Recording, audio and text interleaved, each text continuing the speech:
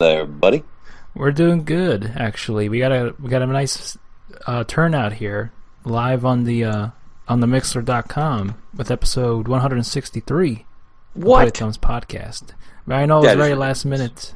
I know it was very last minute that we had that we announced it, but we are here now to record another performing for you, another wonderful podcast to do some circuit sacks. And if you can join, if you know the words, you can join in too. So put your hands together if you'd like to clap to the goal as you enjoy shuffle. our soft lyrical tunes to this monkey rap. That's right. Mm-hmm. Well, we're hell of guys, just two hell of a guys. But yeah, we're all here now. Glad to be back after quite a couple weeks since the last time we recorded. I feel like I've done a lot since the last time. Oh yeah, I've done a few things. Yeah. I really wanted to take my life seriously, so I did an achievement in my life that I'm incredibly proud of, and I'd like to talk with everybody about it. Well, let's hear it. I beat Dark Souls. You beat Dark Souls. Holy but Jesus. Yep, it is. I am now so happy to join my fellow brothers and sisters in praising the sun. It is really a great game, and I don't think it's perfect. Don't hurt me, but no, it's not. I mean, that the Black Gulch level is a perfect example. I think that's the name. The one when you're in that dark ass cave. Those frames drop crazy on that level. That wasn't my favorite. Oh, that one.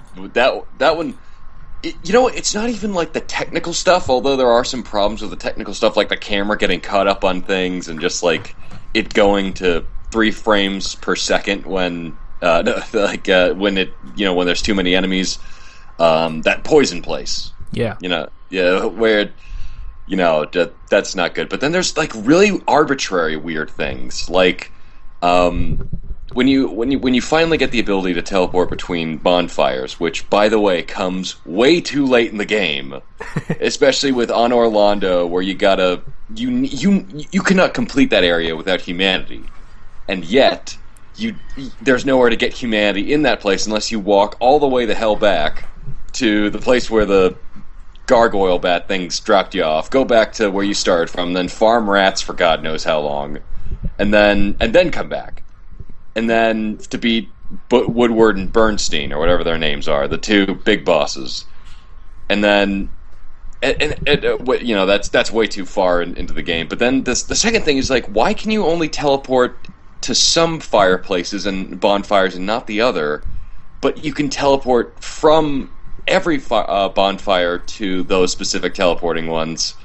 It just seems like, why? It doesn't make sense. We cannot live in a world of chaos. Yeah, I mean, it's one of those games that I'm sure there's a reason for it, but they, as a lot of From Software games, they don't tell you anything. You got to figure it out on your own, or there's not really any meaning to be had in that game. But well, congrats, man. I'm very happy you beat it, because I know you've been kind of struggling, and that's kind of that you got to get over that initial hump. It's not usually like the first impressions you have with it. It's not the best. Once you get over that initial hump, you're pretty good from there. I mean, you got farther than I did. I never beat the first game, first Dark Souls. Oh my gosh, my initial hump is the entire game. Like when I finally got it, it's like, yeah, wow, New Game Plus, I finally get it. I had to beat the entire game to finally get why it's good. Right. It's I feel it belongs alongside Shadow of the Colossus, BioShock, a lot of those big, video games that are just like even if you don't like them, just try them, and for artistic reason, because this is very much Kafka-esque, just because there's like no reason to the story, and like everything is shrouded in ambiguity, and like, oh, maybe it's the future, maybe it's the past, is it another world? Who knows? Who cares? We don't care. You shouldn't care either. Here, feel sad.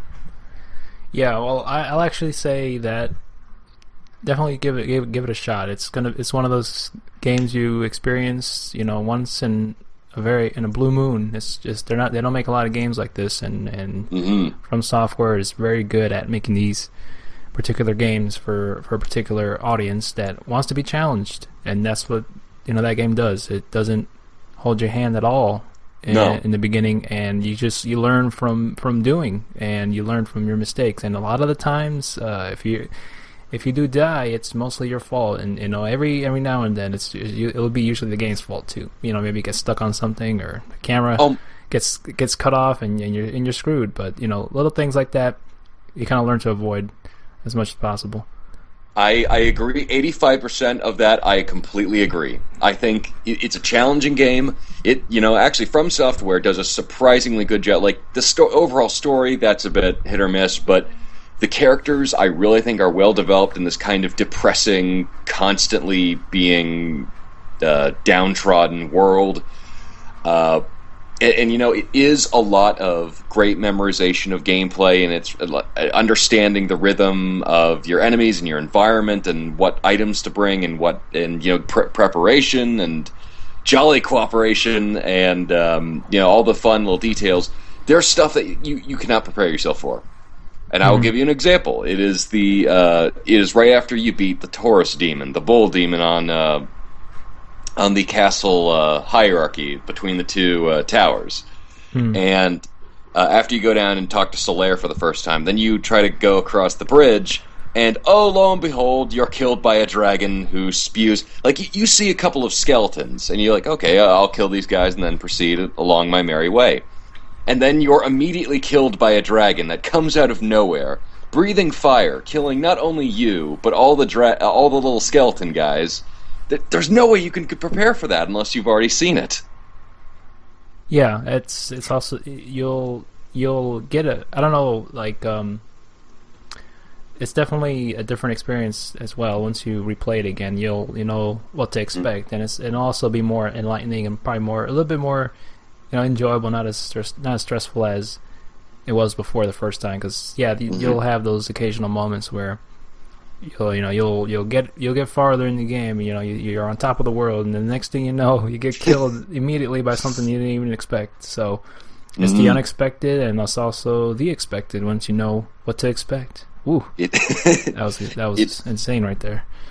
It is, that is it. It is one of those games where I'm not entirely sure it will constantly be in my rotation of games that I'll play, but it's definitely one that's left an incredibly lasting impression on me. Just, narratively of this really depressing, dark world, but also of this great gameplay that's almost freeform, because it's like this certain... It's not like Arkham Asylum or Arkham Knight, where it's like this... like polished to a mirror sheen gameplay, where it's like when you're fighting, you're fighting all the time. You don't need to worry about the environment, but when you're fighting, it's like this awkward dance between physics and like what your intentions and where the game is. Like, sometimes your hitboxes won't be right, and sometimes you'll be like, oh, come on, how in the world was I supposed to see that? And then just it's beautiful. It really is. I gotta say, From Software, bravo. You guys have made something that is quite memorable, and something that really has never been tried before, and never really been duplicated unless it's been a From Software game, especially with the ability to just, like, it's like this, the intermingling between single player and multiplayer. I gotta say, that's really, really well done. Yeah, also good use of backtracking, and it's very Metroidvania-esque as well. I mean, actually, an actual good Metroidvania game, and that's in 3D game. Not comparing to like the 2D ones that You're right. Yeah, So that's probably the closest you'll get to a probably good 3D Metroidvania game nowadays, since you don't really Metroid get Prime. much Metroid Prime. But yeah, I mean, it's really, really one of those good games that you gotta play at least once, an experience for the first time. So I salute you, CH. If you're able to beat Dark Souls, I'm sure you won't have a problem at all with Dark Souls 2, because they tweak some things there. They tweaked some things there, and it made it a little bit more accessible, but it's still challenging. I think you'll probably enjoy Dark Souls 2 more. That's just from my experience. I think you'll enjoy more. And nowadays, if you're playing on a 360, I'm sure you can get it for cheap now. Or I think I would recommend you give it a shot if you want to get into that world again of Dark Souls and Bloodborne. I would say. Oh yeah. I did beat Bloodborne too. Oh, dude, awesome. From the last time we spoke, I did beat it. It was a never-ending cycle. I never thought I'd get it. I never beat it. It took me like 40-something hours to beat it, but I did it. Oh my gosh, man! Whenever you beat a From Software game, I now understand it. There's this. It's a good feeling. It's this good feeling. It's like just after sweet adult relations, shall we say, where it's like you got the sense of accomplishment, you feel great, and then there's this stillness, and you're not quite sure how to address it. And the longer you look at that stillness, the more uncomfortable you are. Until you're just like, I gotta do it again. But it needs to be different. It needs to be more exciting, energetic. And then that's when Bloodborne comes in. And then that's when your lover leaves you saying, listen, I thought we were gonna have a nice date night, but I guess you're just playing Bloodborne again. You made the right choice. Bloodborne. Man.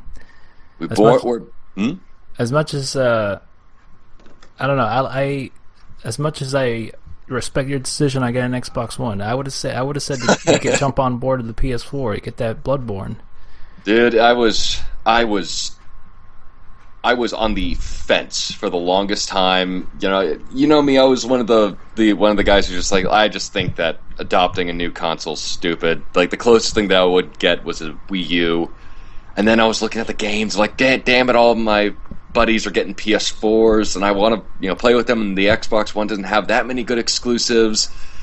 And then I just saw at the end of the day, it's like, oh yeah, I'm a huge Halo nerd, and that was my real saving grace. But no, that was I know that was your selling point for sure. It was to get one of them was to get the Halo Master Chief Collection, and also the next Halo game coming out. So yeah, I definitely can't blame you for that. I mean, you're definitely a fan of Halo. I mean, if Hitman was on Xbox One, I would have gotten one too. I mean, I'm not gonna lie. Yeah, I'm a fanboy, of course, and I love. Oh, and we have something else to talk about later, but we'll save that for another point. But the PS4 Bloodborne looks awesome. I love the fact that it looks just as weird, but just that like the dark oil candles of a London, not medieval, but what's that? It's very dark Victorian. Yes, that's the word. Victorian. I love that. It's the game. It's probably the best looking game on the PS4. Tri-cornered hats. I love tri-cornered hats. It's next to Last of Us is probably one of the best looking games on the PS4 right now, for sure. So Bloodborne was great. I mean, I haven't played it in a while. I played a little bit of New Game Plus to kind of get into it again, just to hold me over like the big game that came out this month. That was what I've been playing for the last God knows how long. I was looking at the character stats. I don't know if this is accurate or not, or maybe I'm just kind of telling myself I did not spend this much hours playing this game. But like on the Witcher 3. Is what we're talking about. You can look at the player stats. It says how long you've been playing, and it goes by like days, hours, minutes, and seconds. And I looked at it, it's like, what the? I've been playing for 3 days total. So that's 72 hours. Oh, Did your beard look exactly like Geralt's in the game? I wish I could grow a beard, but I don't have that. I don't have that mode unlocked yet. It's just DLC for me to get a beard. Well, I can't grow a beard to save my life. a CG Project Red will hook you up sometime in the future because they're just giving out DLC. Yeah. So, I mean, on to that. I might as well. Yeah. Oh yeah. Get into the topic of discussion on that. But before we get on to that, I want to thank everybody listening right now in the chat. We got 6 people on chat. I mean, thank you very much for joining us, folks, on this very last minute announcement of this live show even going on. So, very much appreciated to Gibby, Deep Voice, Big Red, hello, Steve Rome, Elliot, and Mr. Conviction. Thank you all for tuning in tonight. Feel free to ask us any questions. We will be sure to answer them throughout the show. And whenever I see them, I'll bring them up. So there'll be the occasional me going back and forth with my comments, and whoever's says anything in here that I'll just say live for those who listen on the archives. So they kind of know what the hell's going on. So other than that, let's the big game dropped at last.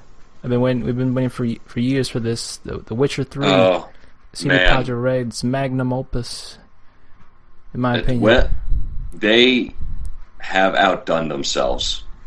I gotta say, I thought Witcher 2 was great. One of those flawed masterpieces. No, I wouldn't even say masterpiece, but a very flawed, great game where it was just this interesting, dark look at fantasy. Right at the turn of audience shifts from like Lord of the Rings to Game of Thrones. This is a whole different level.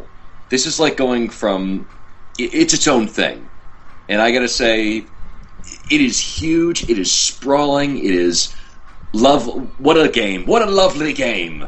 Where it's just. It is packed. What I love about it is that this is a huge game, but every corner of the world is brimming with animal life or activities to do, and all of them are well written. It's like the size of Skyrim or Red Dead Redemption or Grand Theft Auto 5. I don't even know what the dimensions are, but instead of everything feeling like, oh, okay, well, hey, you better catch that guy. He's stolen my money. It's like it's this. They make every side quest memorable or well written, or the character's interesting, and nothing ever feels half-assed. Where even Red Dead Redemption, some of the side quests are like, hey, you need to go to this side of the map to go get some buried treasure. This is like, okay, here's you and me, we're gonna go. I'm gonna hire you as my bodyguard. Okay, wait a minute, it's a political conspiracy. Wait a minute, it's this thing. Wait a minute, it's his long-lost twin brother. It's like that. It's one thread leading to another, and it's like and by the time you're done with it, it's like, wow, that could have been like the main storyline of a lesser RPG.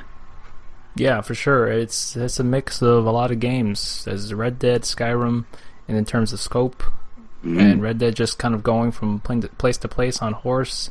I'd say the horse mechanics are better in here than Red Dead, but they're not perfect either. It kind of gets a little janky at parts, but oh yeah, it is really a fantastic game. I like you were mentioning with the side quest. I'm really impressed on the side quests. The side quests almost feel like main story quests because they're so. It's not just a simple like fetch quest. You go here and there and that's it, and you're done with it. It is a very long. It can be. I remember looking at one of the side quests. Like, is this a side quest or a main mission? And I looked at it as a side quest, and it took me like 4 hours to finish. Like, this is a long side quest. This could be like easily DLC for a game, and it just blows my mind. Thank God WB wasn't the sole publisher of this game. They're for the North American distribution, because if they were the worldwide distributor, then it would be like, okay, we're going to slice all this up into different little bits of content. We're going to have this merch. Like, oh, you want to unlock new beards? That's $10. Oh, you want to talk with this Baron about his wife and child that have gone missing? Oh, that's $20. It's like these guys have crammed so much. And I gotta say, as much as I love the BioWare games, their facial animations are good, but their eyebrows don't move. It's like the acting of Kristen Stewart. But these guys, they've got the facial animations down. It's not just like, oh, look how widely I'm swinging my arms. It's like slight twitches of eyebrows or slight movements with lips. Like, they are able to convey so much in acting, and not only that, their writing is fantastic. They have just, God, just how much they have sly jokes. They have repeating jokes. They have characters who are just like mesh perfectly together. There's like it's never just exposition dumps or character exposition dumps. It's always, hey, guess what? This is a really well written world, and you have to pay attention to things around you. And there's so much character and love put into everything. It is very it was very surprising how well written the game was, especially how it had a lot of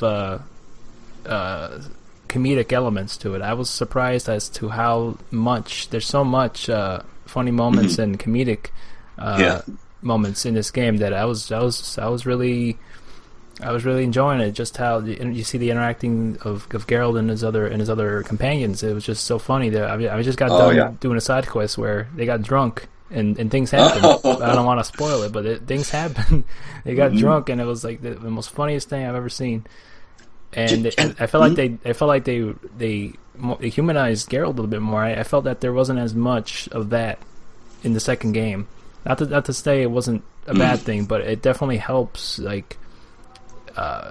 not keep it just like one tone, and also kind of convey that even though this world is pretty harsh, there's still some like very beautiful moments and very lighthearted moments that can be had in this world, no matter how kind of grim it is, and just how much racism and a lot of other things going on here that take place, and it doesn't seem like it's that much of a whole dreary world. That's why I would say that people like to compare it to like what's a darker world to be in, either The Witcher or the Game of Thrones, but there's still some.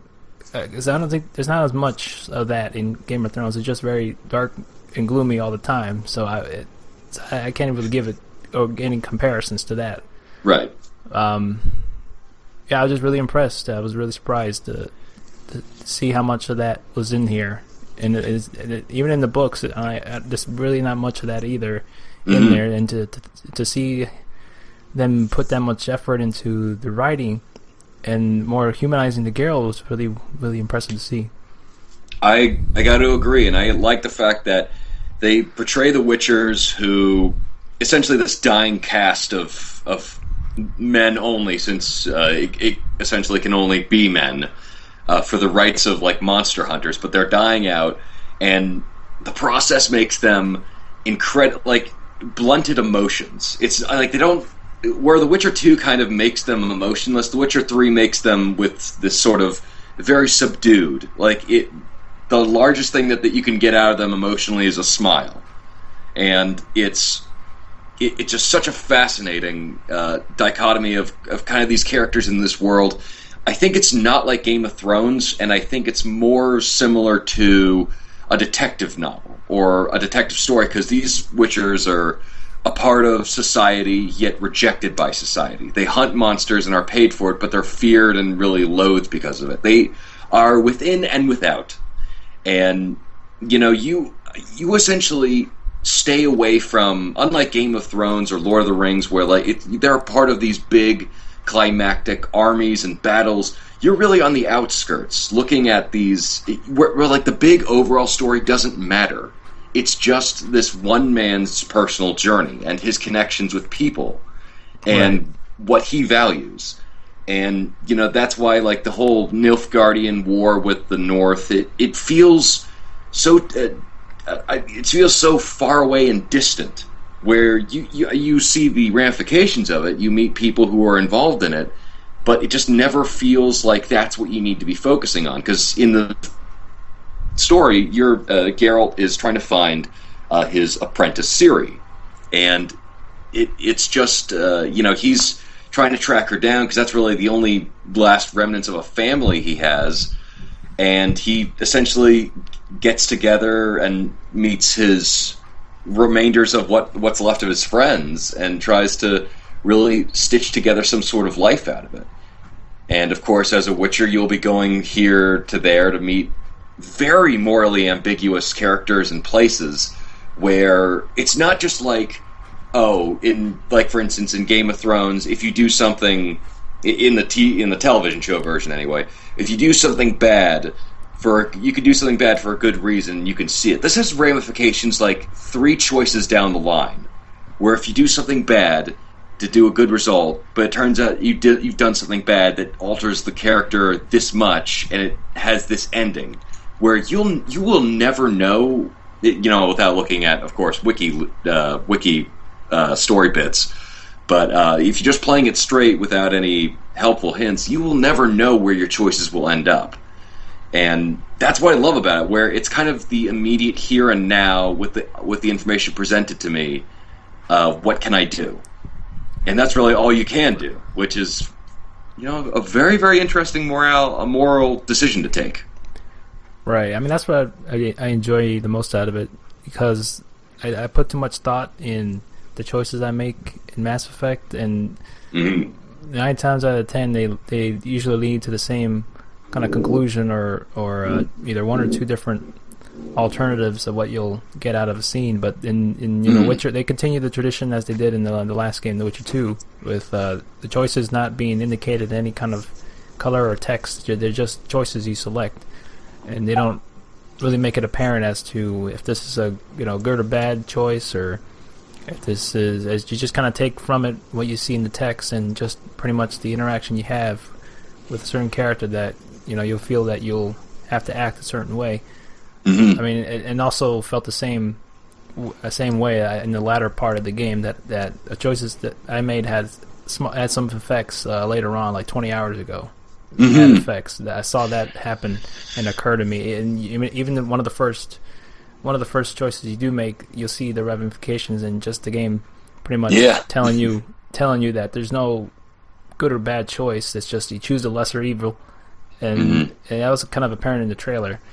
From one of the original trailers, the CGI trailer for this game, that it's just more of it's a black and white world, and you just choose the lesser evil, and kind of you choose what you feel is the best choice at the time, and it may not be a good result on the later half, but it's just the choice you made. It's not one of those things. It's just like it's like an endless string of consequences and possibilities that can happen. It's just like real life. You don't really know what kind of effects it may have down the line. You just kind of make the choice and run with it, and that definitely was apparent. One of the first things you see was the Crohn's storyline. Oh yeah, that one was that was intense, and it also bled into the, I don't know if it was a side quest or it was like even the side quest kind of blended into the main quest as well. But I don't know if it was the side quest or the main quest, but the Bloody Baron quest line was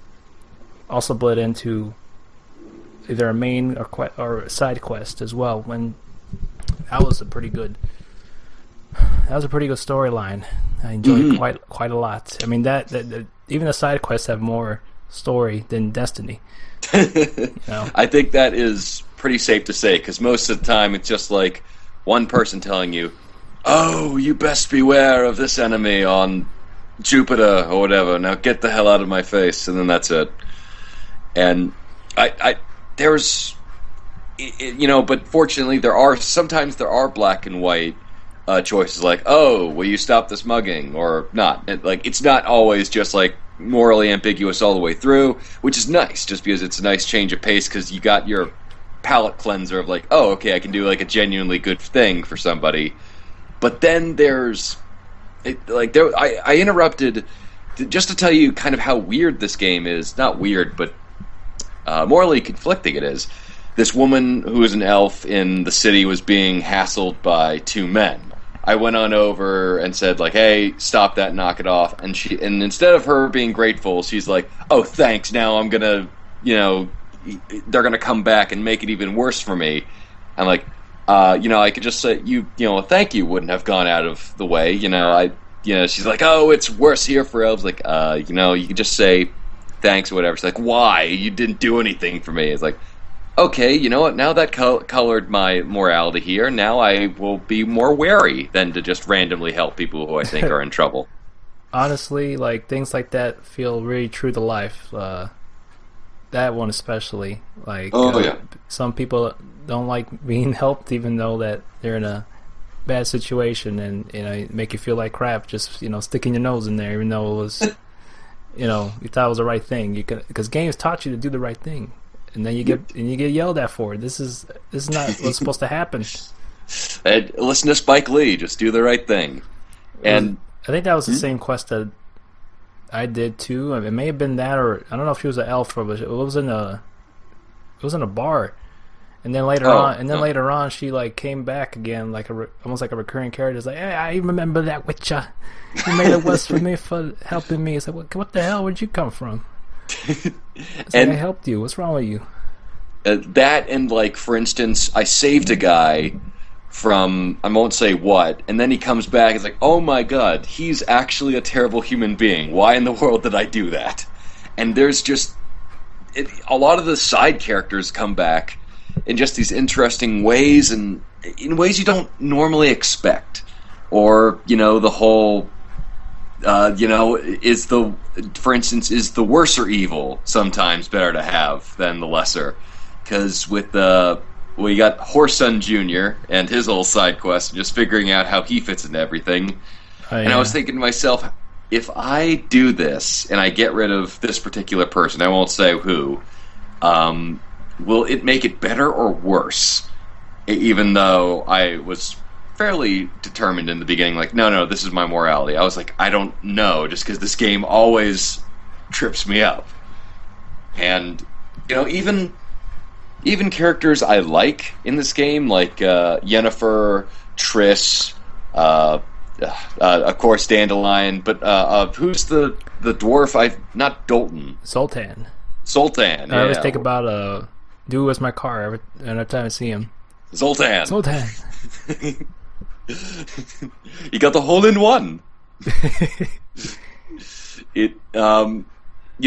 Even like everyone's morality is slightly askew, where it's not just like, oh, they're always likable, they always do the right thing. Where sometimes they'll make decisions that you just like, you say, okay, that's not the wisest thing to do, or they're going with their their logic leads them to this assumption, or they'll screw over somebody who genuinely trusts them for their own sake. And it's a very, very interesting set. Like, they're obviously more agreeable people than the others, but they still are fleshed out, and it's like no character is perfect. Everyone has their flaws, but everyone also has their strengths, and it's up to you to figure out which one's where. Yeah, that is very true. I had that happen a couple times. A few examples were with Zoltan and Dandelion. They had some things going on, which you end up doing side quests for them. I mean, Zoltan was one where he had some gambling issues, and then went on to this like long side quest about like fighting over cards. Like, and then after I finished, it's like, what? This better be like Yu-Gi-Oh, like where the monsters actually come to life. I spent like an hour or two kind of go through this whole quest, and it was all for like bunch of playing cards. Dude, you're talking about Gwent, which is my new obsession now. Because damn it, I didn't think I'd give a rat's ass about card games. Speaking of Tag It before, yep, Gwent, yeah. You know what? I wasn't. I love Gwent. Yeah, I wasn't too hot on it in the beginning because I really didn't understand. But it's really simple. It's a really simple game. It's just more of a game of chance. If you get enough better cards with higher points, kind of higher attack points, and you just kind of keep piling attack points and try to beat the other's number until they kind of either run out of cards, or they if they're not doing anything, they just pretty much pass. And I don't really know. I don't know how it works where you'll end up like winning. Like how many turns it takes to win. Like that I don't understand. Maybe I have to look at it again. It At first, I didn't really get it, and I really wasn't interested. But I kind of got into it a little bit. But now I'm not doing too much of it. what was the name of that card game back in Knights of the Old Republic? I don't. Pazak. Kazakh? Oh, Yeah, that was like really back in Knights of the Old Republic. You remember where it was like on Terrace, where it's like, oh, learn this card game and you'll have fun. I was just like, yeah, I'm not gonna do that. I like my Jedi, like being a Jedi, kind of takes a little bit more precedence than this card game. Whatever. Gibby, I'm sorry. Pazak is okay. It's interesting, but I was just like, I can't. I don't have the mental prowess for this. So, but it's Gwent was one of those things where it's like, oh, okay, it's just like another card game, whatever. It's probably a throwaway thing. But then I started getting the cards. I started getting better, and now I'm mildly invested in this, and I'm probably going to become majorly obsessed with this. This is how cults start, where it's like, oh my gosh, there's no way that this could be this addictive, but it is. I don't know why, but it seems like almost any open world game, it has to have a card game. Like Red Dead had a card game, and then this has a card game. It's I don't know why that is, but I don't mind it. It was a little bit overwhelming the first time they introduced it because because they had to pretty much explain almost a lot of things to you in the beginning how it works, and I just kind of skipped through some of it because I didn't really was interested in it. Mm-hmm. It almost seems like every character you could talk to, you could play Gwent. I mean, you talk to like, you have a few conversations with the Wild Hunt, and then all of a sudden you want to play Gwent. It's like it's that kind of game, huh? Or it's like you kill some drowners, then you meet the drowner master. It's like, I shall kill you, Witcher. It's like, you want to play some Gwent first? Okay. Yeah, things like that. It's a very vast game. Like the only, I can't say I have a whole lot of issues with it. I know that it's just out. I mean, it's that much of an expansive game that it's kind of not without its bugs. The only bugs I ever had was like there were some graphical bugs where it happens a lot. I noticed, but it's not the kind of bugs that break the game. They're not Assassin's Creed Unity bugs that break the game, but they're just like Trish's little. face doesn't just magically disappear. I wouldn't be surprised. She's a sorceress, so it's in continuity of the game. It's like, okay, making clothes disappear, that's great. Making your face disappear, let's cut that option back. Yeah, things like that don't really happen, but there's graphical bugs and occasional a few little common bugs you see now and then, like the environments don't load right away in the cutscenes. Some things like don't load. Like texture pop-ins. You're in a forest, and the next thing you know, they're in the house, but the house hasn't loaded yet. Things like that, and people like people holding like brooms and brushing like they're cleaning, and then they have no broom. The broom hasn't loaded. Small things like that are kind of funny. Maybe it's like Mr. Miyagi, where they're just training, like sweep left, sweep right. That may be it. Other than that, I haven't had a whole lot of experience that broke the game for me. Like other than like I only had one instance where like I meditated to, regain my health, and then the game took like 2 minutes to load for some weird reason, and that was the only thing. That was pretty much it. I know a recent patch did help fix a few things. There's still some bugs here and there, but it's not, as I mentioned, game breaking to really fault it. I for a huge game like this, I couldn't expect bugs to happen. So I things happen, and you're gonna get bugs. Mm-hmm. It's just the way of the game. Yeah, especially with something this enormous, and just I was actually really surprised that there weren't more. Where it's just like where it wasn't constant. Where there are some problems with collision detection, but they're so infrequent. I gotta say they're trifling compared to the overall experience. I loved it. The combat is, it's a joy, especially when I finally learned how to riposte in this game. I didn't use it once in The Witcher 2, and then this game actually finally sat down and was like, okay, we'll give you a good reason to actually riposte because it works this time around. Oh yeah, I hated that in Witcher 2. Like I could not figure it out, or it didn't work for me. I couldn't. I was trying to figure out how to parry, and it just never worked because it used up stamina, I think, and if I didn't have enough stamina, I couldn't do it. So I kind of cheesed my way through the whole game. Like instead of just trying to do it, I just kind of rolled around. I did a lot of rolling to avoid getting hit. They see me rolling. I'm a witcher. They trying to catch me out, devising dirty. Yeah, a lot of rolling. This is probably more. It was more streamlined this time to be more of an RPG. Like there's a lot of menus in the game, but they're easier to navigate to. Oh my gosh, yeah! Like the alchemy stuff. Yeah, that alchemy one and the second one was like, ooh, I was like looking. I think I actually had to be an alchemist to like figure it out. Looking at the periodic table and trying to make sense of it. It's like, okay, I need 3 grams of this, but I also need a dragon scale, and I also need, you know what, I can just, like, kill you and then not have to worry about this. I don't have to futz around with, like, Spectre oil. But in the third game, Wild Hunt, it is streamlined to the point of you need to find the ingredients, and you can make the alchemic potions outside of combat. And you can't really do that in combat, so you just need to get the right stuff, but it immensely helps you in the game. Where if you're fighting a particular character or a particular monster, then it really helps. Not to mention Cat. You need Cat in this game if you ever want to see in the dark. I actually haven't really used it. I couldn't find like the ingredients. I think maybe later on when you do a certain quest, it'll give you it. But I never really used it. Like I know Cat for sure was very essential in the second game because you go through some parts of the game where it's very dark. So I used that a lot in the second one.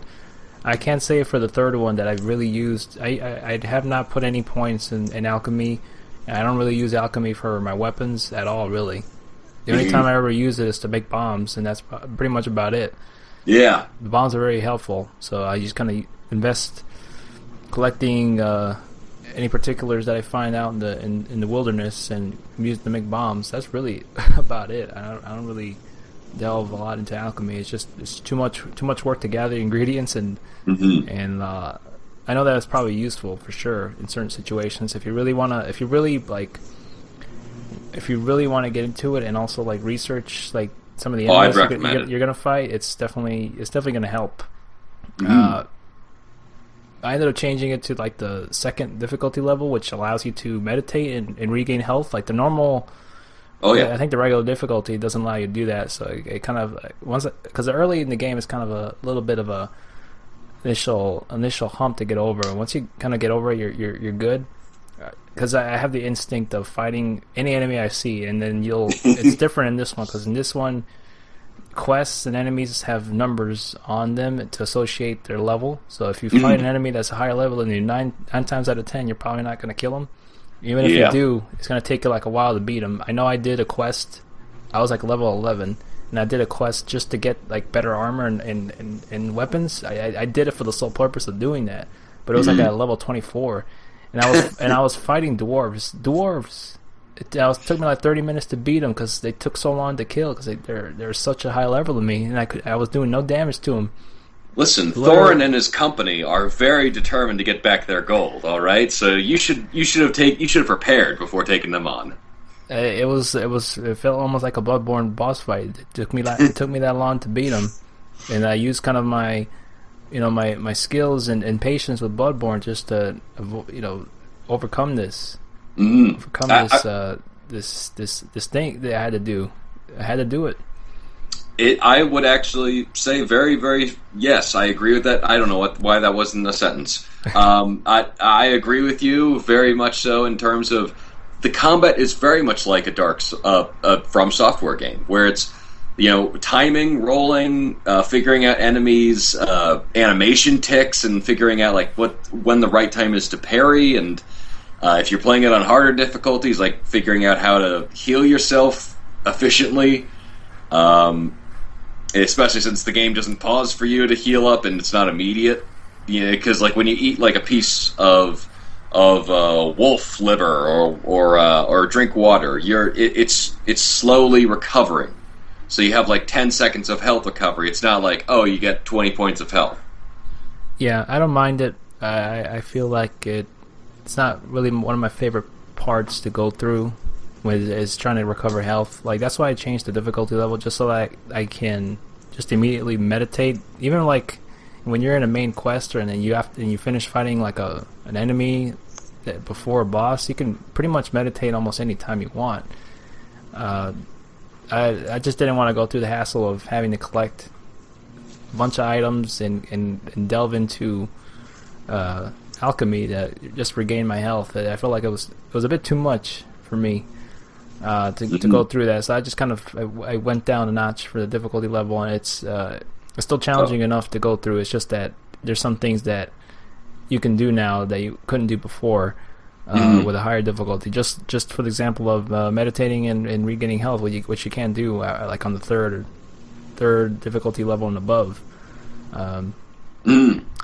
And to answer your question, Deep Boyce, I can't say that this game really goes off of certain builds for sure. For sure, I mean, I haven't really noticed it because I just kind of I play how I level certain things to kind of attribute to how I play, and I pretty much spent a lot of points in Gwen and Quen because I did the same thing in Witcher 2. It's a very useful skill to level up, and you can pretty much put a protective barrier over you, and you can kind of get away with getting hit a few times, and also just reflects and pushes back any enemies that hit you, and does a little bit of damage. I've also, now that I've invested points into that, I've also been putting into the Igni and also the Yard. The Yard is very good on the second alternative level, which is kind of like a trap that fires like magic spells at them instead of slowing them down. That's another cool.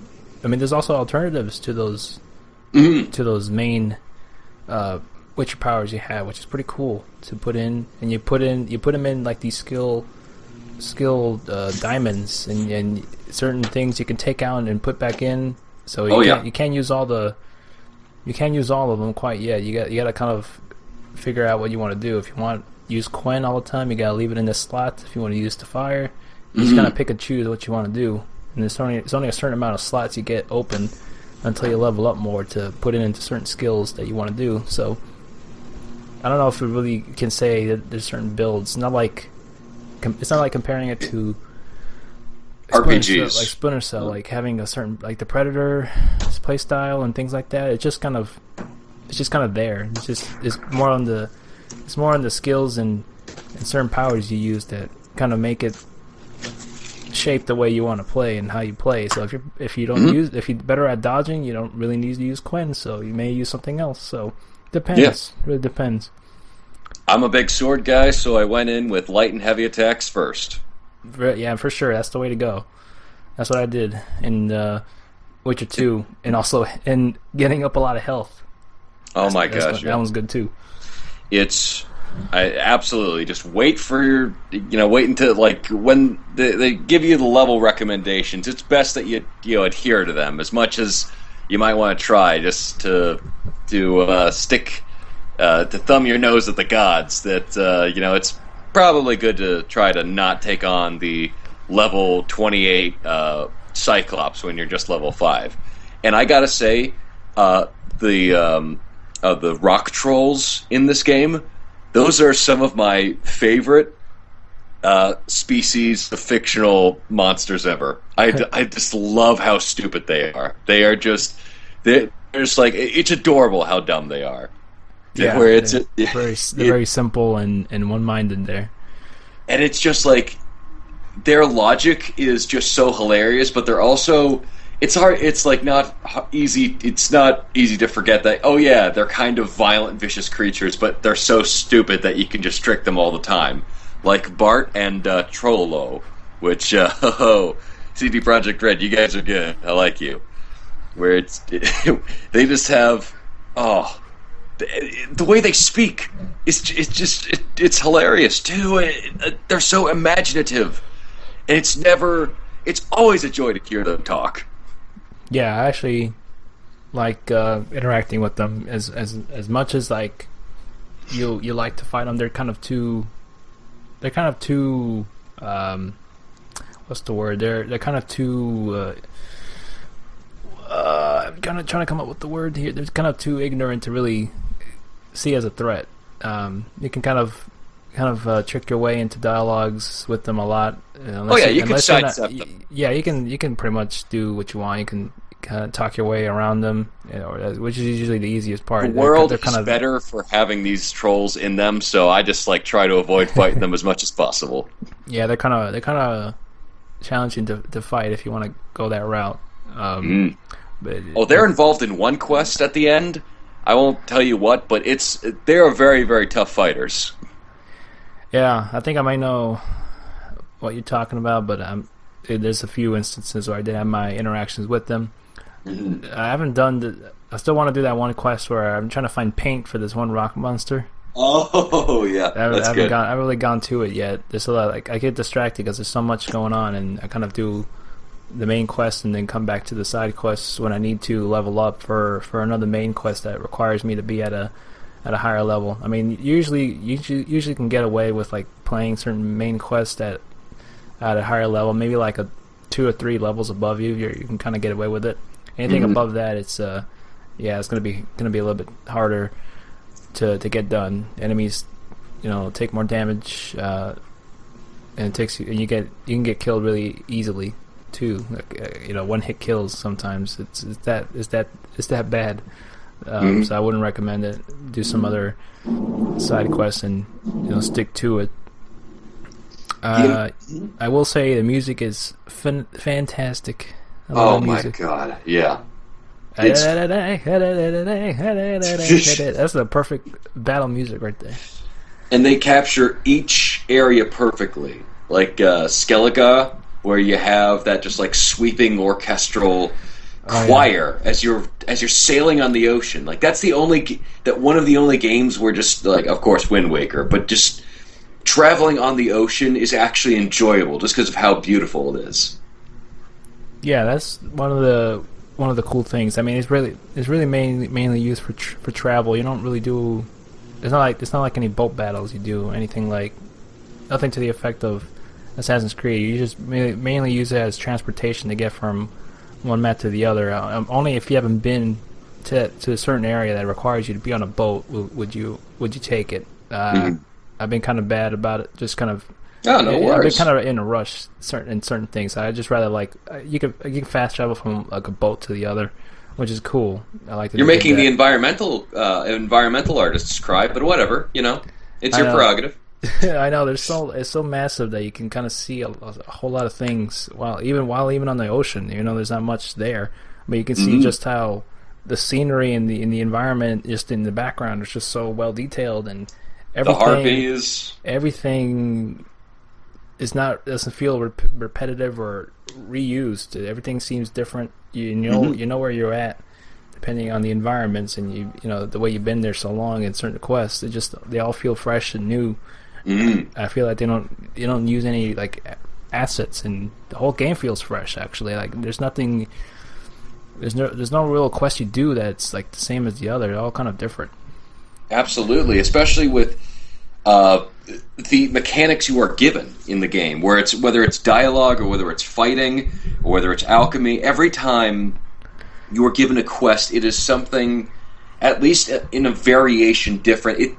Nothing ever feels the same.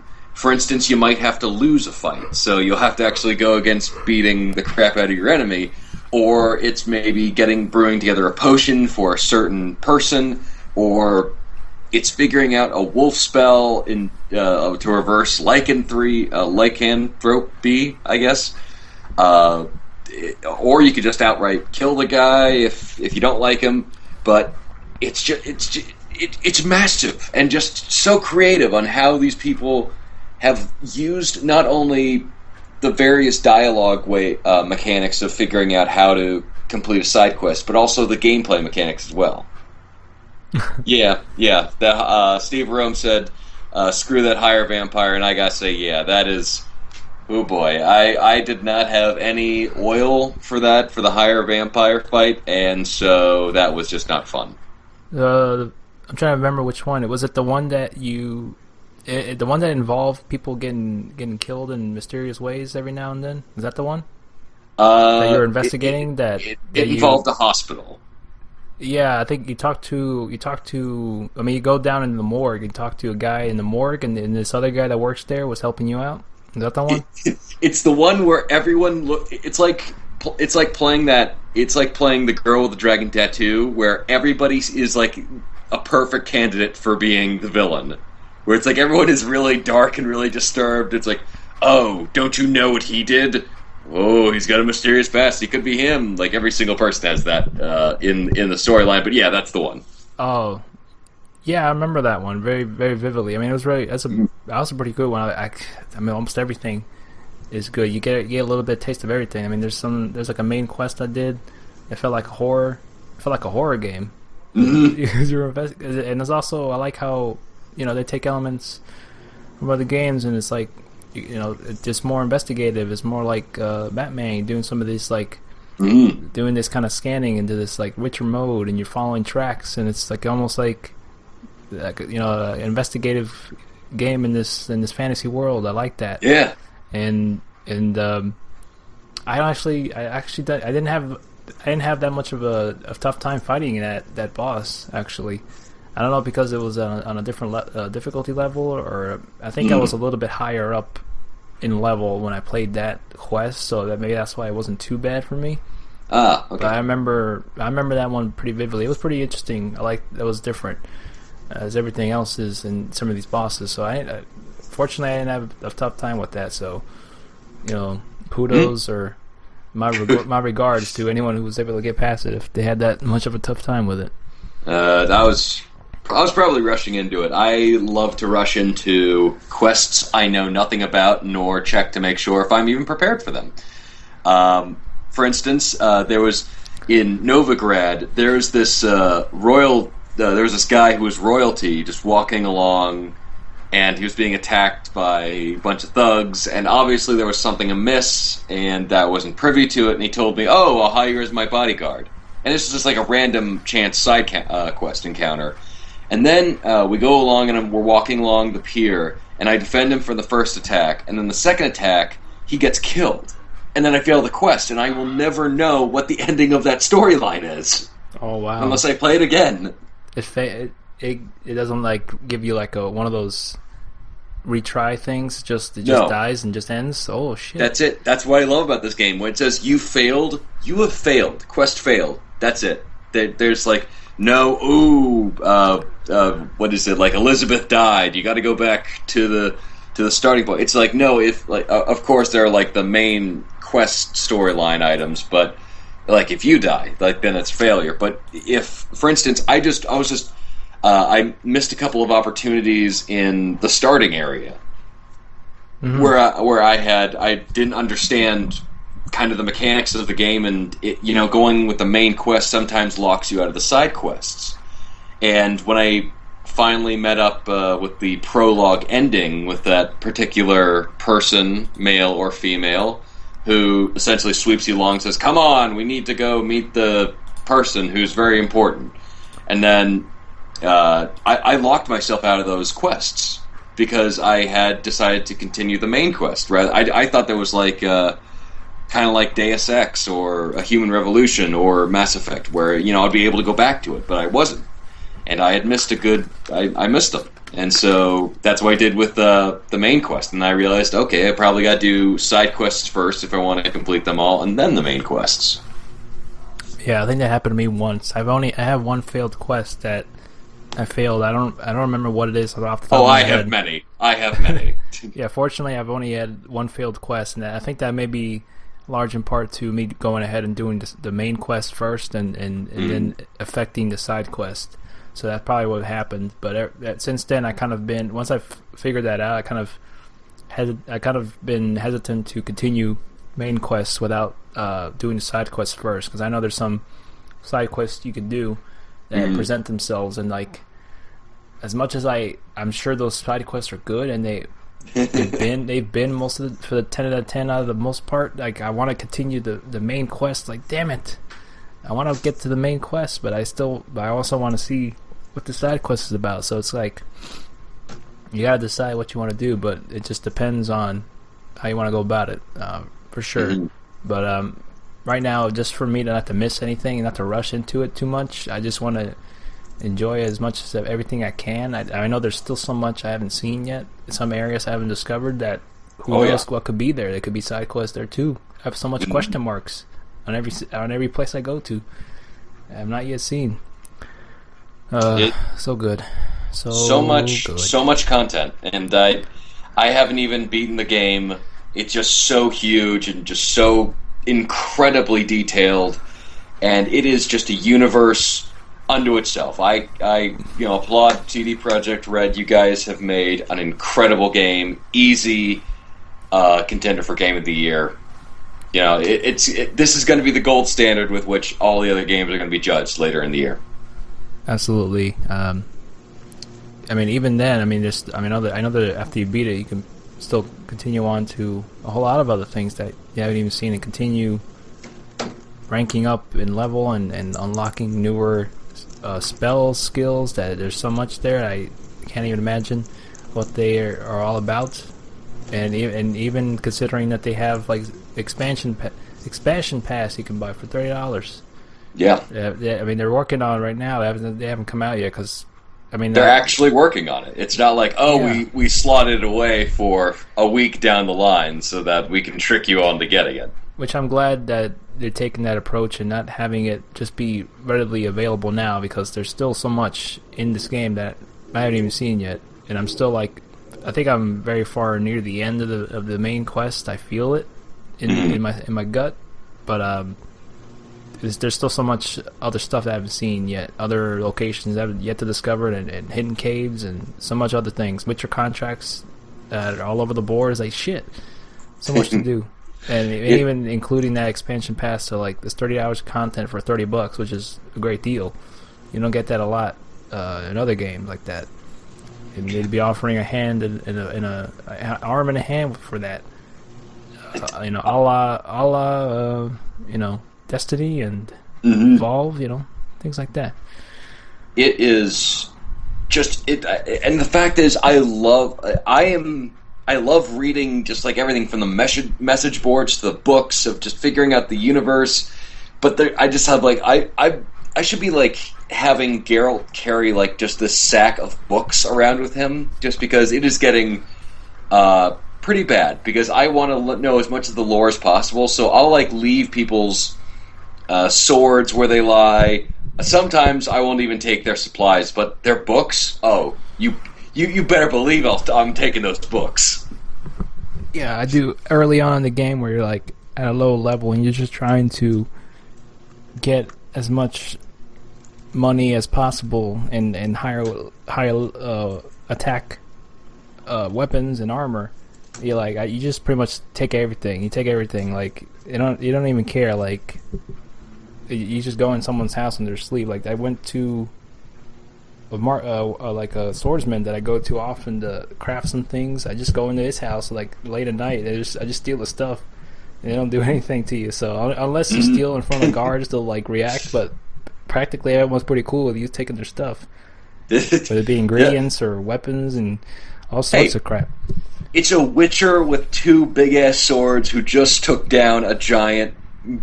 Dude just took down a giant rock troll. Are you really gonna stop him from like taking your finery? That's true. I'm so used to games, NPCs reacting with how what you take. So it's cool to do that. Yeah, there's a lot of books too. They're not as long in length to read like Skyrim books are. That's why I never got into them. But they're like short little summaries of what they are, and there's references to the books as well. There's actually some books. Well, The Last Wish. I know there's a Witcher book that you can get in the game. I don't know forgot what it talks about, but it's one of those things that are in there. Some Easter eggs, and I don't know. Like I always get confused on if I should sell because there's items in your like miscellaneous section that you can sell to like merchants and stuff, and there's also like items you used on quest before, and I'm wondering if am I gonna use these again because it's like listed as quest items like Yennefer's love letter to me, like for $1 I'll sell it. And they don't even take up that much space actually. They're like a 0.1 pounds in your inventory. Like you can like the beginning you can start with is like 60 pounds of stuff you can carry, and you can easily get overcumbered if you like collect a bunch of like weapons from dead soldiers to sell, which are usually the best way to do it to get some money. But like the quest items or like items like crafting items or books, they don't even weigh that much, so you can pretty like much a collect skull or a ring. They weigh like a pinky, yeah. Or I have an entire painting. Somebody gave me like an entire like 6 foot by 4 foot painting. Oh yeah, but that, I remember that. And then it's like, and like there's no story to it. Just like, here we have this painting, have it. Okay, I really don't want to give it away because I feel like it's important. And then there's stuff like, I have a pine cone in my quest bag, and I'm like, I don't want to sell this because it's so like I don't think there's going to be ever another chance where I can get a pine cone in this game. So I'm going to keep it as a memento. Yeah, I sold it long ago. I don't know to who, but it's been a never-ending cycle to find it. Yeah, I sold I bought it from him and I sold it to some idiot who paid 300 orens for it. That idiot was me. Yeah, I remember that. I think you got a painting. I don't remember what it was about. It was like something weird. It reminded me of like that episode of Mad Men where Joan got like a weird painting. Oh no, it was Peggy that got a weird painting from Roger. It was the other guy's painting that used to be there. I won't say much, but it was like a pregnant lady that was getting her nipples sucked by like an octopus, something like that. It was something weird. Japanese. It was a Japanese painting. It was Japanese. Yep. Yeah. Yep. Okay. But yeah, I may have spoiled it for anyone who's watching Mad Men. You just enticed our entire audience to go watch Mad Men now. Ooh. That Mad Men finale, though. That's all I'll say. I have not seen the Mad Men finale. Nice. I'm trying to catch up on it all, and I'm starting to catch up on 24. I know. We were talking about it a little bit. Like, I know we were texting, and then I sent you a picture of Jack Bauer, and then I was like, after I sent it, I was like, damn, I should rewatch 24 again because that show was so good, so good. It is the quintessential. A lot of cultural trappings are found in its type of stories. With British spies, they're very classy, they're very dangerous and dark. And with, for instance, like James Bond, or like even Hideo Kojima's Solid Snake and Naked Snake, they philosophize, they think about things. With American spies like Sam Fisher or especially Jack Bauer, it's mostly just like, I am an emotionless killing machine, I will beat the crap out of everyone, and that will be the end of it. Yeah, boys, you're not sure about the Mad Men ending. We should talk about it. See how you feel about it. I thought it was a good way to go. I mean, it's like Mad Men's one of those shows that it's a very character-driven show. It's like it doesn't really rely on like big moments happening. Like there's a lot of mundane things that go on like in that show that are still good because of the characters. Like the ending, it's not anything that was explosive or something big happened. Someone died, someone got shot. It wasn't anything like that. It was Did Don Draper reveal himself to be a lizard man? Because I will watch that show if that's the case. He was the lizard man. Yes, I shall watch that now. As like Donald Rumsfeld, that's what Louis said. I'll believe Louis C.K. any day of the week. So I will now watch Mad Men from start to finish. And yeah, I mean, it occasionally like sometimes Mad Men doesn't have like the strongest like season premieres, but like what goes on after that are pretty good. And every episode seems like just like does seem like kind of like a regular episode, but yeah, I would say this, even though like I know it's mixed feelings going on about the ending. I thought it was fine. It wasn't the worst ending of any show. Like the worst ending for me for a show is just like an ending that doesn't have an ending. Like it got canceled before it even got the finish, things like that. And yeah, I didn't like the fact that AMC decided to milk Mad Men, for what it's worth, they split the seasons in half, and like it wasn't even that much episodes. I think there was like 13 or 14 total, so they like split 7 episodes across from a year. So that kind of killed the momentum for me, because I forgot certain things that happened from the beginning half of the season that I'm sure it's a better viewing if you just like marathon it on Netflix. That's why I thought that was one of the downsides. But other than that, it was good.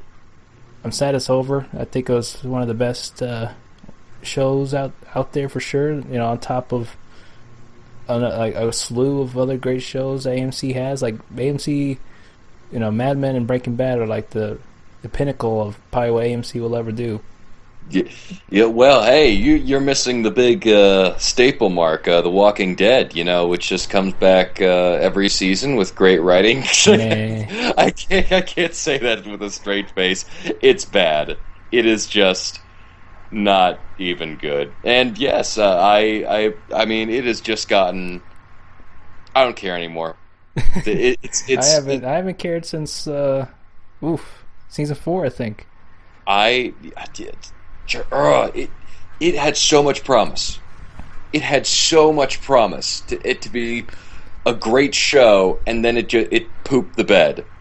It like constantly, and I was like, no, don't worry, he'll learn. He'll stop pooping the bed the next night, and then the next night he poops the bed again, and just I've given up. Just there's no overall story, and because every single time they have something more interesting happening, like, ooh, what about the military? What's going on there? What about the rest of the world? What's going on there? Maybe there's a cure. Every time it's a dead end. Like, either the person who had information dies, or it turns out that person was lying. Every single time. Because they have no idea how to end the show. Yeah, that's why I got kind of got tired of it, because it just kept like, it was like an endless cycle of, we got something going. This may be a promise, and then no, nothing happens. I get that the show's supposed to be like post-apocalyptic, and things are very dire, death and dire situations. But it's like every time something always goes bad. Like nothing ever good comes out of it. That's why I stopped watching it for sure. But yeah, I mean AMC, they were on. They had great shows for sure. I mean those two are the top ones. Like will always come back to. I know they have other shows, but they're not really as much talked about. Hell on Wheels and Turn. I like Hell on Wheels. Hell on Wheels is good. Okay. I haven't seen it yet. Yeah, even though I say it's good, I haven't watched like the last 2 seasons. I have them downloaded, but it was good. It was really good. It was different. And that was when those 2 other shows were still going on, Mad Men and Breaking Bad. So it was like it kind of got lost in the shuffle, because it was competing against them on the same channel, ironically. So it is fine. I like it for what it is. It's definitely give it a shot one day. If you watch the pilot, it was very good. It was a very good pilot. But with 24, what season are you on?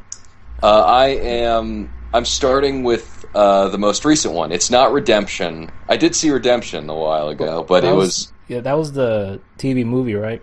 Yeah, where it was just like he's being tried for torture. He's like, "You're goddamn right, I did, and I'll do it again." Yeah, that TV movie is kind of a blur to me. It was like an epilogue. Yeah, it was okay. It was pretty much an epilogue to like the next season after that. I think that was like it may have been between season 5 and 6. Yeah, something like that. I mean, that was like when the writer's strike happened, like in season 6, and that kind of affected the show greatly. From what people have said, the only reason I want to watch the show again is because there's a few seasons that the only season I haven't watched is season 3. And season 1, ironically. I've seen like the first episode of season 1, but I haven't. That was back when I didn't have a job and money, so I couldn't watch the show and buy the DVDs. But now I'm actually going to buy all the DVDs for the show that I don't have. I don't have a season 1 3, 6, and 7. I don't have those, but I've seen them. I don't have them on DVD. I'm planning on marathoning them very, very, very, very soon, actually. Oh yeah. Just to get my enjoyment, because I really like that show a lot, and I actually want to kind of go back and see what I missed and see if it holds up still for me. I actually want to know exactly if season 6 was good or bad, because I have very foggy memories of it, because I know that it involved like Jack Bauer's dad. I think he had a brother, something like that. Oh, this is all other crap, and this is just due to like the writer's strike that kind of affected a lot of shows and movies, and they didn't turn out that great as they should have. I think that was when people were starting to kind of, that formula of 24 was kind of getting tiresome, and then they kind of really changed things up after like the last 2 seasons, the season 8 and season 9, which is not the season, but it was like a shortened version of 24, like 12 episodes, I think. Is that the one where? Because the one that I just saw was the one where they're in Britain. That's the one. Or London. Yeah, that's the one. That was.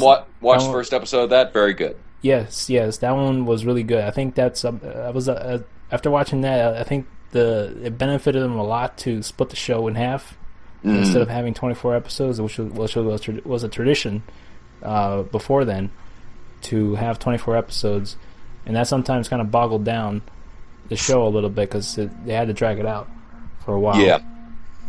So, and I gotta say, it's just kind of like Die Hard with the premise of 24. It's like, listen, all is happening in a single day or a single night.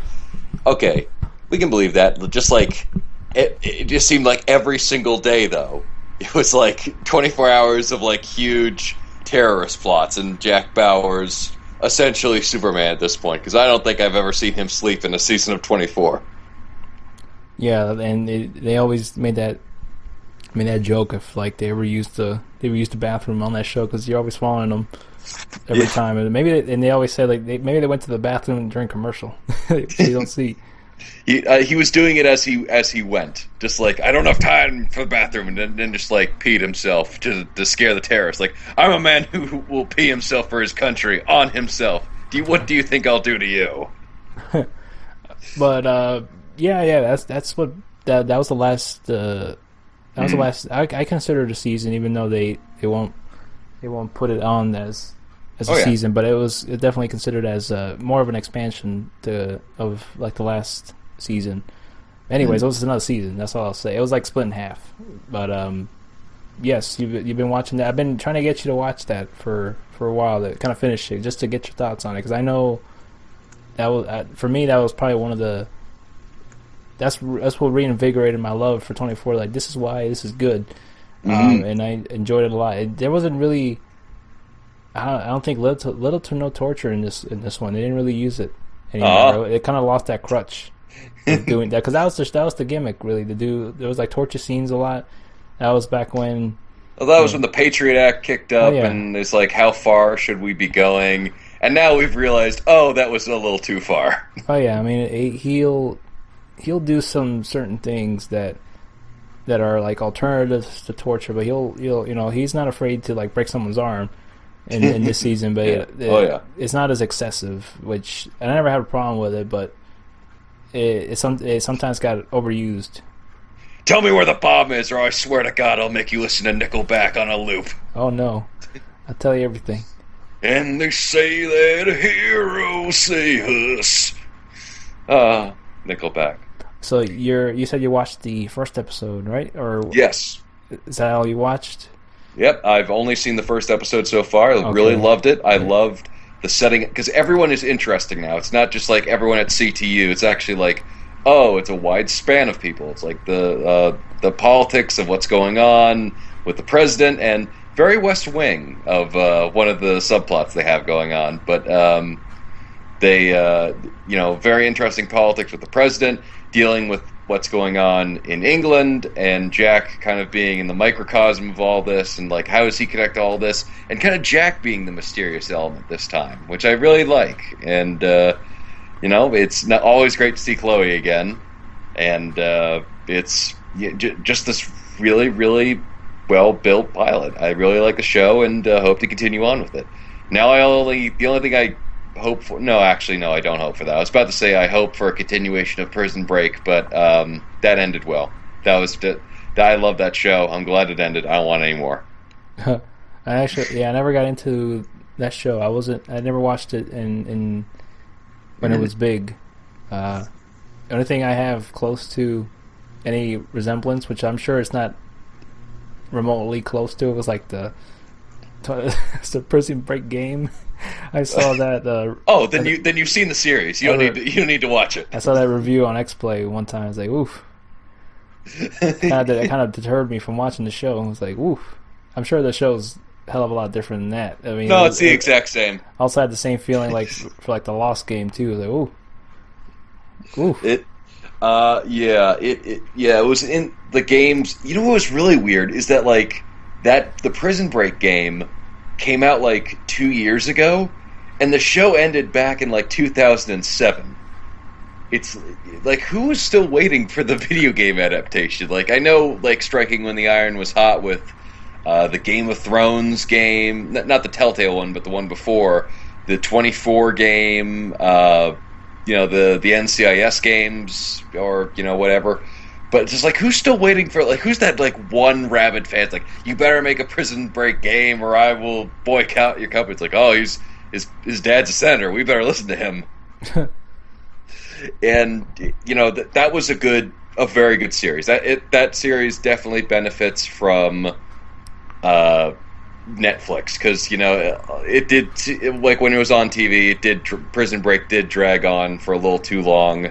But it finished up nicely. I really liked it, and I actually got a little teary at the end, just because I love this universe and the characters. Well, I'm glad. I'm also glad that you got to see that and enjoying, that first episode of 24 from the last installment that they put out. It was a really enjoyable season. I have it on Blu-ray. I have yet to pop it open. I know there's like an added bonus scene in there that kind of expands upon like the ending and what possibly that they're wanting to go from here, that they may possibly do another like mini series of the show again, like 12 episodes or sure. I know they've always been wanting to get a movie off the ground, which would be awesome, but I feel like I'd prefer it to still be on TV, because you get more time investment with like the story and the characters that they may introduce as new, and I just feel like it's a lot better that way than a movie. The movie's too short for me. No, I totally agree. It's just it's just made for TV, that show. What would the movie be called? 2? 24 2. 24 divided by 12. 24/7. As Elliot in the chat room says, I hear Jack Gorog and Splinter will start together in 24 7-Eleven. 24 7-Eleven. Perfect. A better title than the Fast and Furious franchise. I'll give you that.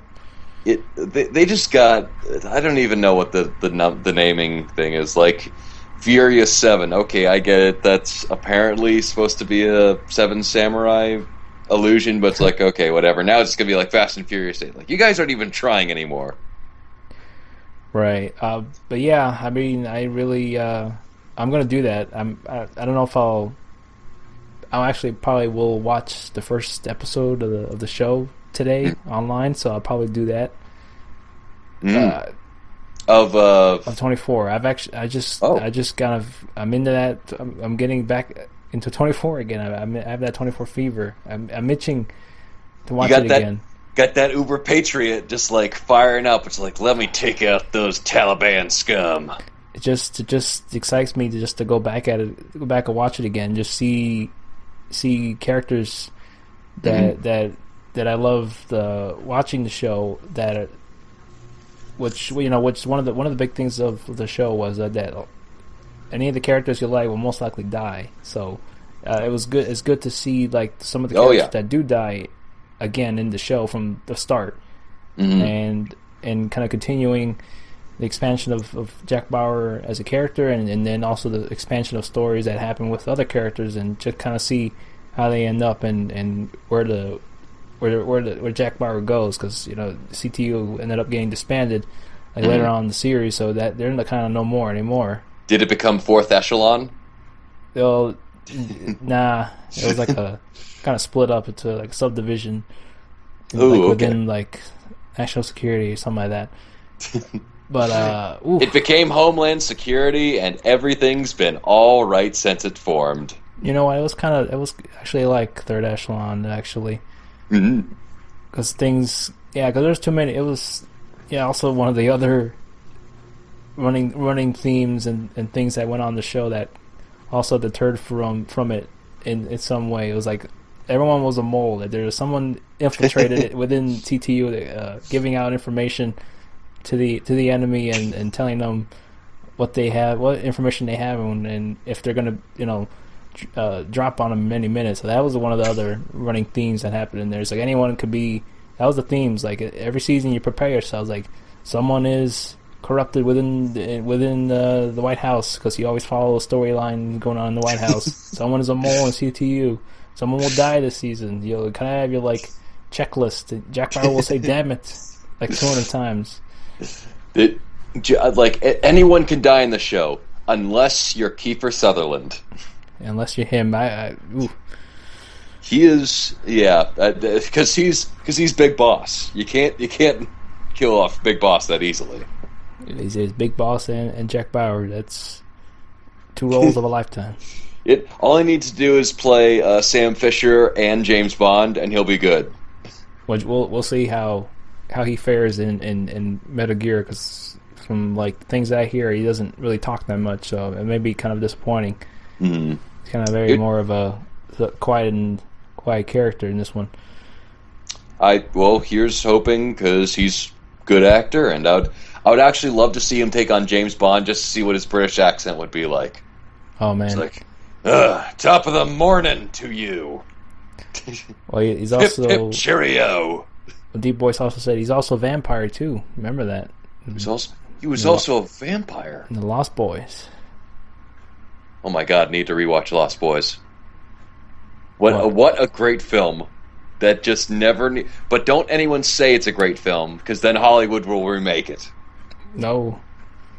That's just what they do. It's just like, what is like The Rock is going to try to do Big Trouble in Little China remake. Big Trouble. Why? You don't need that. It was perfect the first time around. Yeah. It's oof. And go on all day about remakes. Yeah. But the thing is, we'll always have the original, so that will be the way. That's the way to go. If a remake comes out, probably 9 times out of 10 you probably won't watch it. You just stick with the original, much like Poltergeist. And once I heard that, I didn't even know it came out, and then I saw it was like out in the theaters. Like, you know what? I'm gonna watch the original. I feel like watching it now.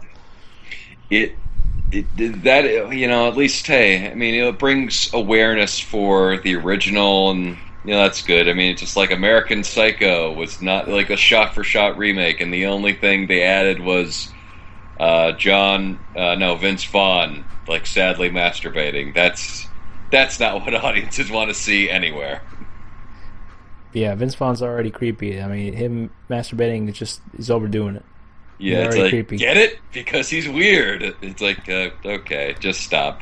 But hey, quick question. What is your favorite remake? We dish a lot about the bad remakes. What about the good ones? That's a very good one. It's probably, I have one example, but I have to like really sit back and think about it, because I'm sure there's one I do like a lot that was a remake. The only thing I can come up to mind was like Dawn of the Dead. That was a good remake, and it's kind of a standalone film on its own. I have another one I can't recall, but what would be one of yours? Oh yeah, 310 to Yuma. Yeah, I remember that. 310 to Yuma was good. I actually did see the original. Good one, Ted. I actually did see the original.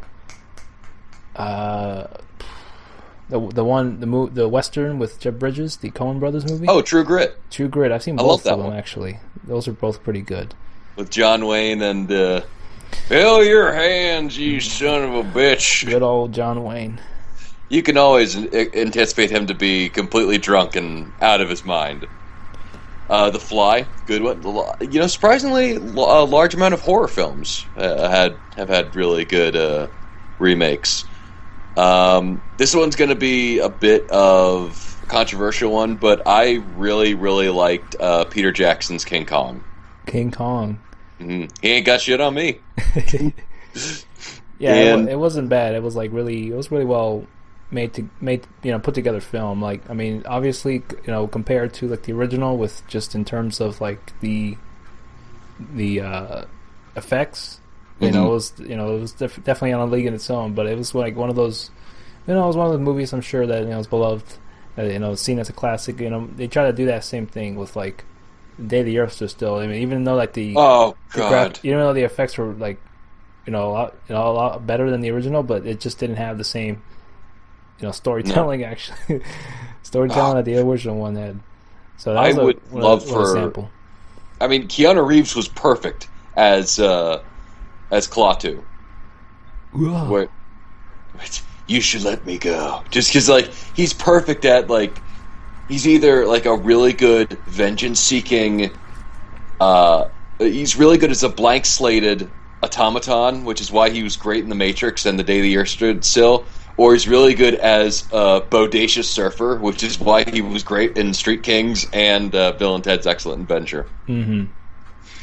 But Peter Jackson's King Kong, I love how weirdly dark it is. It's surprisingly disturbing and not a very happy film, especially towards the ending.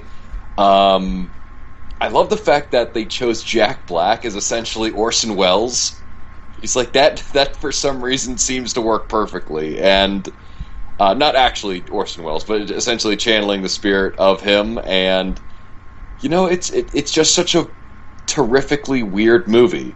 Just like, and there's the cowardly character who's like the good-looking hero who turns out to be a coward, and then he has like a moment of redemption, and then it turns out no, he's actually is the cowardly character we always thought he would be. Mm-hmm. Oh, Fistful of Dollars. That's always a good one. Up and True. Magnificent Seven, Deep Voice. Essentially like a lot of westerns that took inspiration from samurai films, like Magnificent Seven, which was Seven Samurai, and also A Bug's Life. I think True Lies was like a remake of... it was a different titled movie, but they basically had the same plot. Mm-hmm. So I guess you consider that as a candidate for sure. Mm-hmm. But Departed, was that a remake? It was based on like a Hong Kong crime thriller. So it was based on Infernal Affairs, right? Which was Scarface.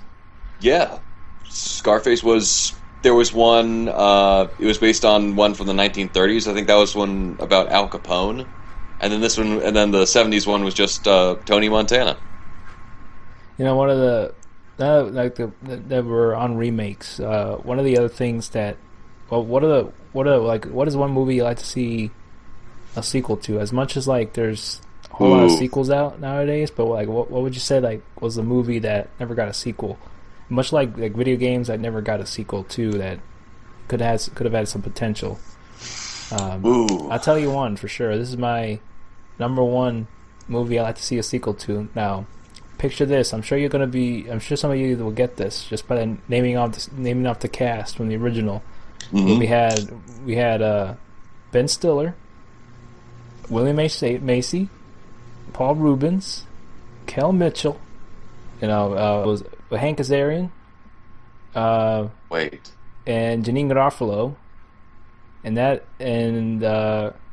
Eddie Izzard, and what was it? Christopher. He was in that other movie. He was in that movie with Colin Firth, the King's Speech. He was in that. He was the pirate captain in Pirates of the Caribbean. Yes, and I'm talking about Mystery Men. Thank you, Tag Gibby. You got it. That would be a great movie to see a sequel to, just because I think it's just such a weird movie, and it's like this inversion of It was a team up movie uh before the Avengers. yes, it was, and it was a It's perfect like ensemble film it was at the opposite of the Avengers. because it was like, okay, these guys can't really save anyone.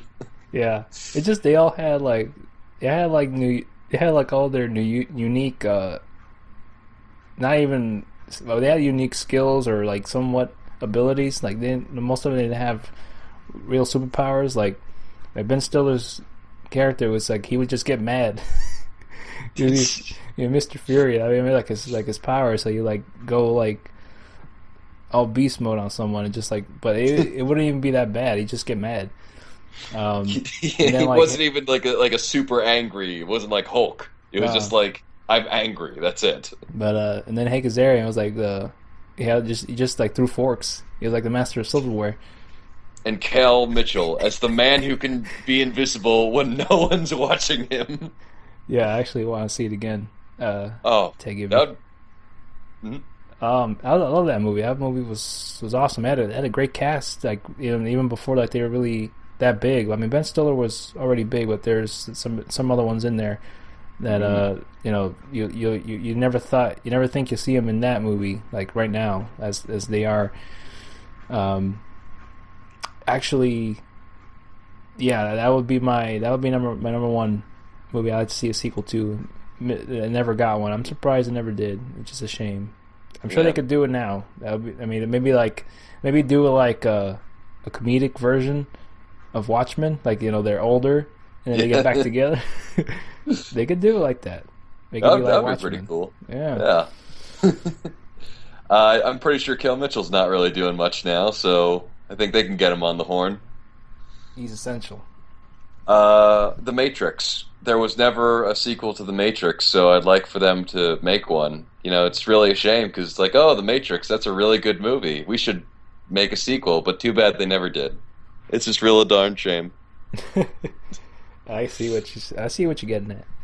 Yeah, that they never made a sequel to The Matrix, and anyone who says otherwise is just suffering from mass hysteria. I mean, it never happened. Let's all just agree that it never happened. I would have, hmm,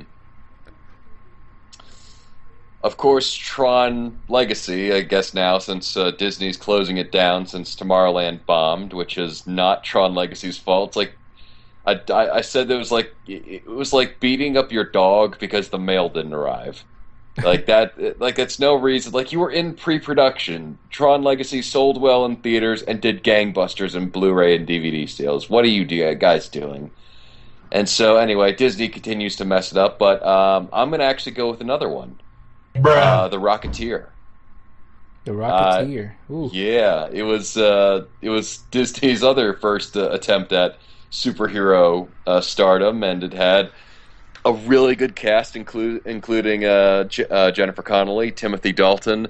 It had Locke from Lost, and I got one of the paperback collections of the Rocketeer stories, and that is like classic adventure serial. And I would have just loved to see another movie set in that universe, and maybe have gone a little bit crazier with the first one was all just about crime lords and gang.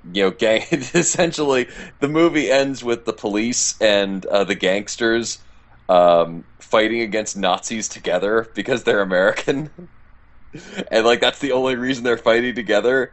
And I would have loved to see maybe a little bit more of the odd eccentricities of kind of 1930s adventure serials brought to life again. that is very cool. I remember that very very vaguely. It's like American period piece, like superhero film, something Oh like yeah. that. Yeah, I mean, it seemed like it had a good cast, and like Joe Johnson directed it. I was Mhm.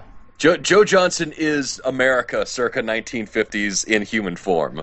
yeah, I mean, it's starting to come back to me. Like Alan Arkin was in it. Yeah, how do I look? Like a hood ornament. That was good. I have to rewatch that. Yeah, it's not incredible, but I love the design of everything. It's very fun. It's I wouldn't say it's one of the best, but definitely great. A great little bit of adventure, and I gotta say the theme is very, very good. I love the theme music. Mm. Did Alan Silvestri also do that? He might have. He does a lot of music. Um, Hmm. well, for the Rocketeer, I see some music composed by James Horner. Oh, okay. So yeah, he probably worked on something. Mhm. He does He so much. He's like a he did ooh, King Kong, I think. yeah, more than likely. And then it did as much as that. This is like a not that great of a movie. We did there was some good music and he did in Van Helsing. Oh my gosh, Van Helsing. I don't know how to feel about that movie. It's I it's feel it's like if on. they I feel like if they waited on it and did it now, I think it might have been better. Uh, yeah.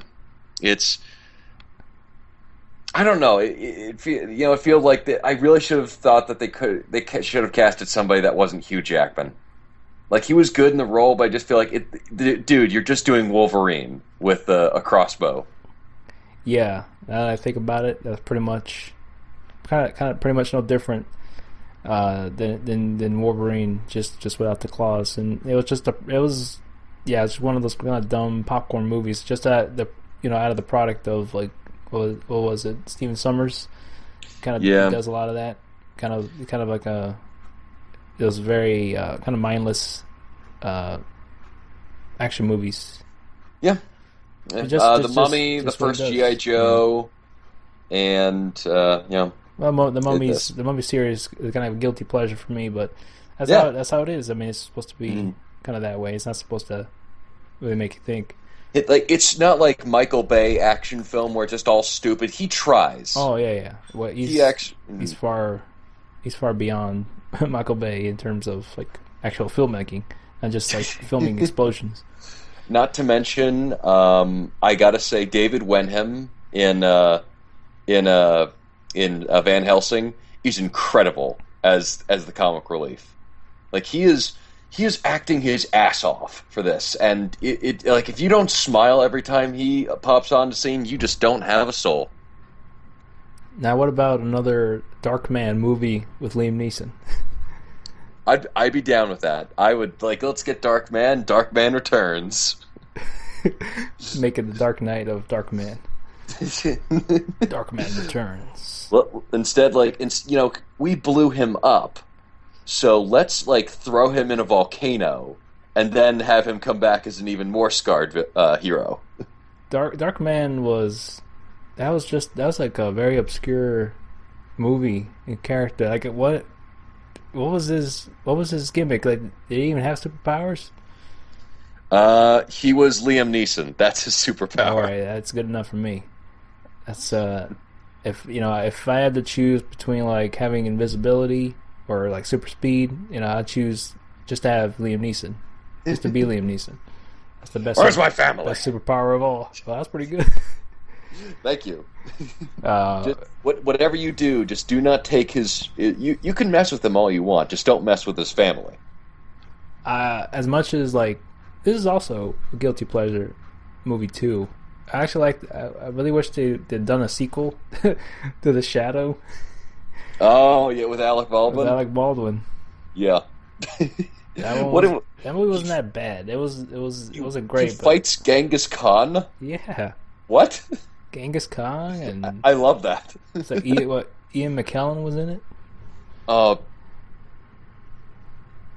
oh my Just good, gosh. just I, good cheesiness. it's like it's the good kind of cheese. You know it's not good for you and that you should be eating something else, but there's just something so warm and tasty and delicious that you just gotta enjoy it. Every now and then just to give yourself a little treat. Well, yeah, it was kind of like he was like a mix. He was like a mix of Zorro. Well, it was almost like his inspiration of Batman too. Like it was Zorro, and then like Darkwing Duck. He had the cape and hat and everything, and then he'd have like these mystical powers where you can like change his face, like when he turns into the shadow, so you can kind of disguise himself, and he would like have a big nose. He'd grow a bigger nose. Like That even was that prosthetic one was kind of bad. oh my god. I like that. That's like somehow like he grows a bigger nose and no one can tell that's him. Yeah. That should be Clark Kent's new power. Just like in Batman versus Superman, just like oh, it's like oh, like I'm Superman, but let me change back into Clark Kent, and he just grows like the Adrian Brody. It's like oh, we don't know it's you anymore. Yeah, one of those obscure ones I'd like to see a sequel to. But other than that, ooh, if anyone's got a list of remakes Yeah. or sequels they like to see, I'd be down. Yeah, they're doing another Crow. Where it's like, why? That's like the most '90s thing as possible. It's like making another Spawn movie. Well, that one I like to see because it could have as much as I'm not as familiar with Spawn. Like I heard that like at first it was kind of a it was obviously like a product of the '90s for sure. It was like, but also it also had like a decent story, but it kind of like got boggled down because it was like a very long running series and just kind of lost its way. But one of the I definitely like to see a sequel just to see what they would do with it because like the first one had like little to no action in it, and it was barely in the suit. Well, he didn't have his like mask on or anything. He didn't do anything. But I will say John Leguizamo was good in it. Yeah, John Leguizamo is the clown. That was freaky, even for even for now. And Michael Jai White, he can definitely pull a good main protagonist. Could always come back for it. Yes, he could. He could. I would like to see Black Dynamite as Spawn. His burnt up mustache. Who the hell is interrupting my superheroine? The OD. But Spawn, I sell drugs to the community. Please let there be. That's what the next Telltale game should be. A Black Dynamite Telltale adventure game. Oh, call me sold. Cream corn, no. Beavis and Butthead Telltale game where like it's just like no consequences, there's nothing. It's just a Beavis and Butthead game. Oh, you know what? A Telltale sequel to Clone High. Clone High. Ooh. Yep. That's pulling out the 2001 era. Let's Jesus. dust that off. Get a leaf blower. That's so easy. There are abandoned warehouses with less dust. But yeah, that's crazy how we got onto that on that subject. We went from The Witcher to this. Yeah. So anyway, buy Witcher. It's a good game. Witcher's fantastic. There's a whole lot more we could talk about it without. I mean, that would be just too long of a podcast as it is. But yeah, very very fantastic. I want to play some more. Yeah, me too. There's so much to it. Now, one of the big things in here is that you're gonna go for Yennefer or Triss. That's a conundrum in itself. I really like both of them. I will tell you when I make the decision. There's a funny scene that happens in there with both of them. If you try to romance like both of them, that's all like, I'll listen, say. You ain't Commander Shepard. You ain't getting into every single person's pants. Okay, you gotta play your cards right, and sometimes even when you try to, it's not gonna work. Yeah, I thought that was pretty cool that they put that in there. Like it didn't make it like a typical Bioware game where you could just like sleep with everyone. I liked how they went about that. I mean, that's all I'll say. Yeah, that they are not without their sense of humor, and I really, really this is one of my top 5 favorite RPGs of all time, and just wow, CD Projekt Red, you guys are phenomenal. I cannot wait for the end of the year so that you guys get the recognition you deserve in the award space. And what is the next game they're working on? Something 2077, like Technopunk 2077? Well, they're working on Cyberpunk, is what it's called. There's another RPG set in the future. It was like from like the concept art that I think they showed, or the concept trailer that they showed. It kind of reminds me more of like Deus Ex. Mm-hmm. So they're kind of going for that feel of like the futuristic game that takes place with cybernetics being a big part into it, and a lot of like cybernetic implants, and that could be have a whole lot of potential. They could definitely go down that uncanny valley like much of their games have, with just a very very gray, no black and white kind of game, which involves this kind of topic, which is what with Deus Ex was going with too, like just the conflicting opinions of humans and them evolving to Transhumanism. pretty much, yeah. So that have a lot of potential, and with the writing that they got going with Witcher 3 is I have no doubts that they'll hit it out of the park with what they got going with that game, which seems like it's going to be very far out, because I think they're working on Witcher content right now. Mm-hmm. But it gives them some time to kind of mellow out and chill, and soak in all the hard work they did, and I think it's going to make them. I think after this game, it's really going to bring them out to the forefront as a top developer out there. It and even better, just because hey, it's an actual company who focuses on their game until it's actually done. It's not like, hey, we're splitting our time between this game and this other game that we're doing, and we're gonna split up into smaller groups. Like, no, they're actually just focusing on one thing at a time. And I gotta say, just for content and quality alone, those guys top marks. For sure. I mean, they spend a lot of time, as you said. I mean, The Witcher 2 came out 4 years ago, so they definitely have been working on Witcher 3 for well over 4 years, and that definitely shows. I'm speaking of this is what I wanted to bring up. Speaking of Deus Ex, Yes, Mankind Divided. Yeah, they're divided. They've adapted. I still don't know how. I'll just leave my my doubts on like the continuity of the story, just because of the way how the previous one ended. I don't know how this compares to leading up to this from the Deus Ex Human Revolution.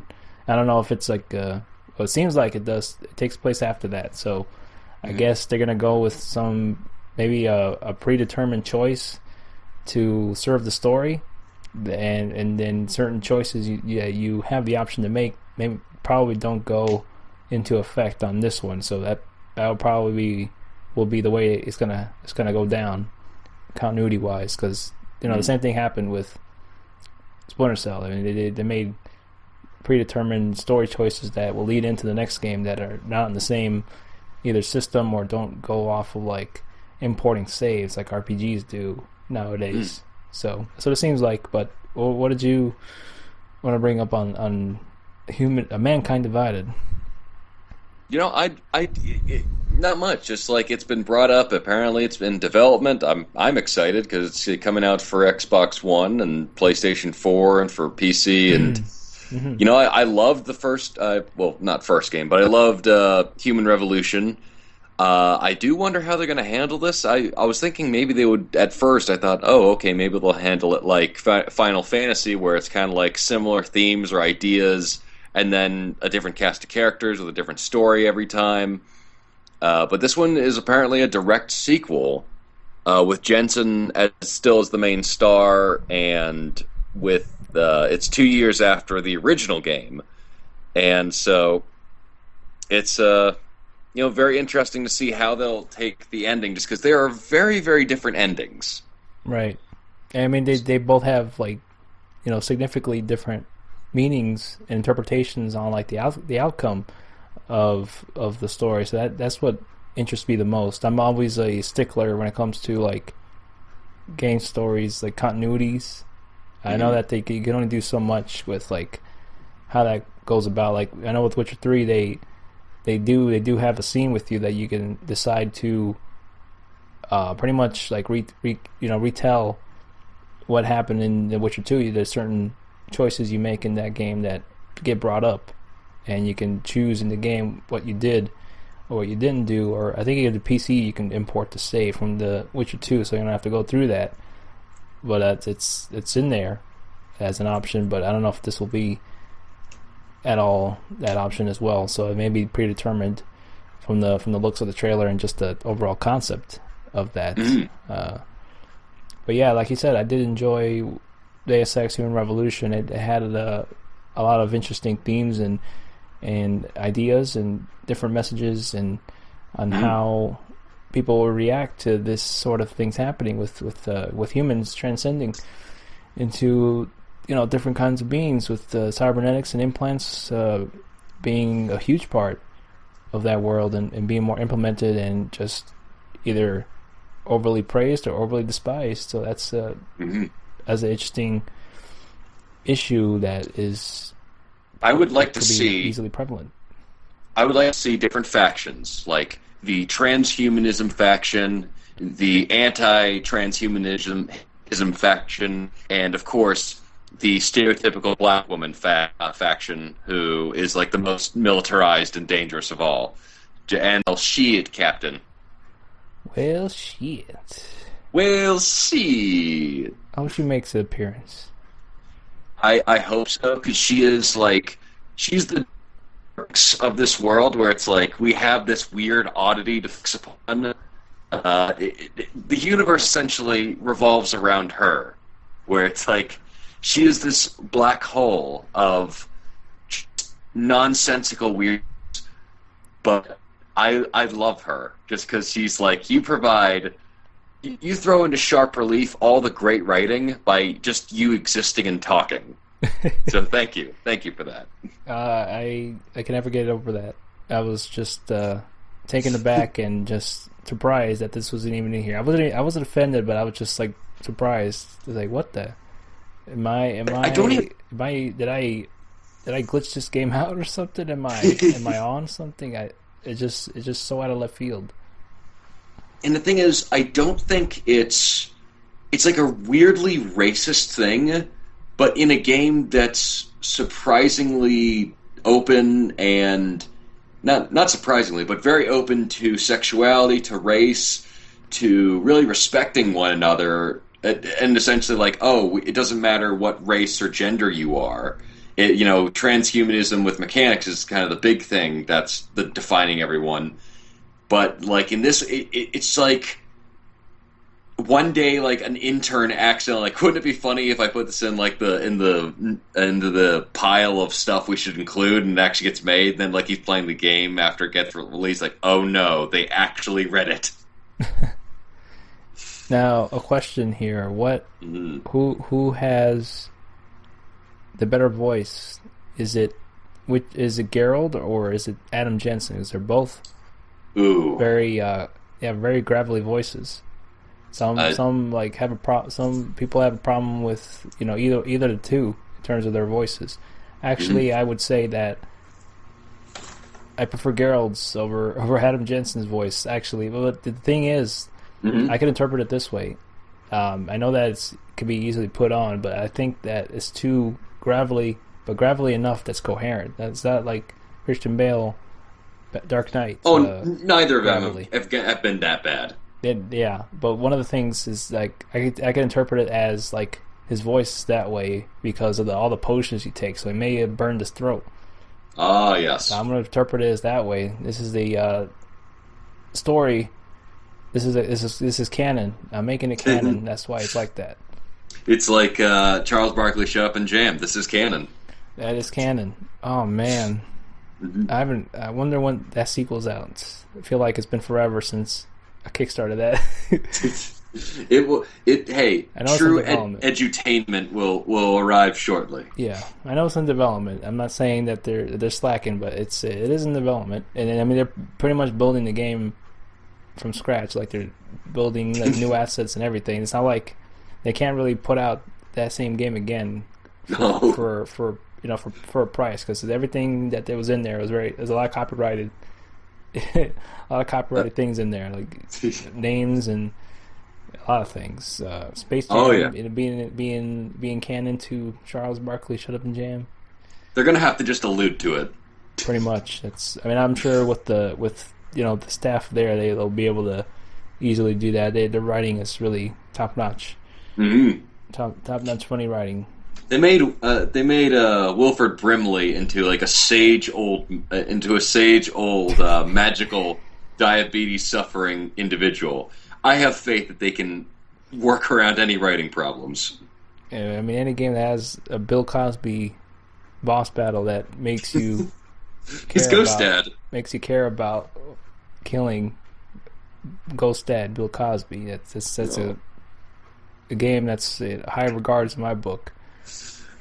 Or making Joanna Man the love interest. Oh my That's God. just fantastic. Oh my God. It's full of stars. Whew. Yeah, but what was the question? The gravelly voice. Yeah, whose voice is better or worse? I like both voice actors, but I gotta say Geralt's voice actor has I think a little bit more range, or at least had more opportunities to express some range over Adam Jensen's voice actor. Even though I really like that voice actor, he was great in Splinter Cell Blacklist as Andrew Coben. as Andrew Coben. Yeah, there's something about like the cowardly, intelligent character who like sell out anyone, but who has like almost no redeeming qualities, but he's so underhanded and sneaky that's almost charming. Essentially, Gaius Baltar. Yeah. That there's just something about those kind of characters that I love. Absolutely. Yeah, since we're on the kind of the latter half of this podcast, since we're kind of over 2 hours right now, I know it's late for you. That I didn't actually. It's all good. I actually confirmed with you like how long you wanted to record for, but if anyone else has got any questions, I think we'll definitely have a few more minutes left before we pound out of here. And yes, indeed. I did get a question from Tag earlier in Twitter, so we'll answer his first. If you guys are still in the chat room, feel free to leave your questions in the chat, and we'll go ahead and answer them just for the kind of wrap up this segment part of the show, and then we'll be on our way. So with that in mind, let's go ahead and go to the Twitter real quick. We got a question from Tag Gibby, who is in the chat right now. Hey. If you discovered a new comet, what would you name it? I love these questions, Tag. They're always like, they're so unexpected. They're also wonderfully, beautifully, randomly crafted. I'll give you that.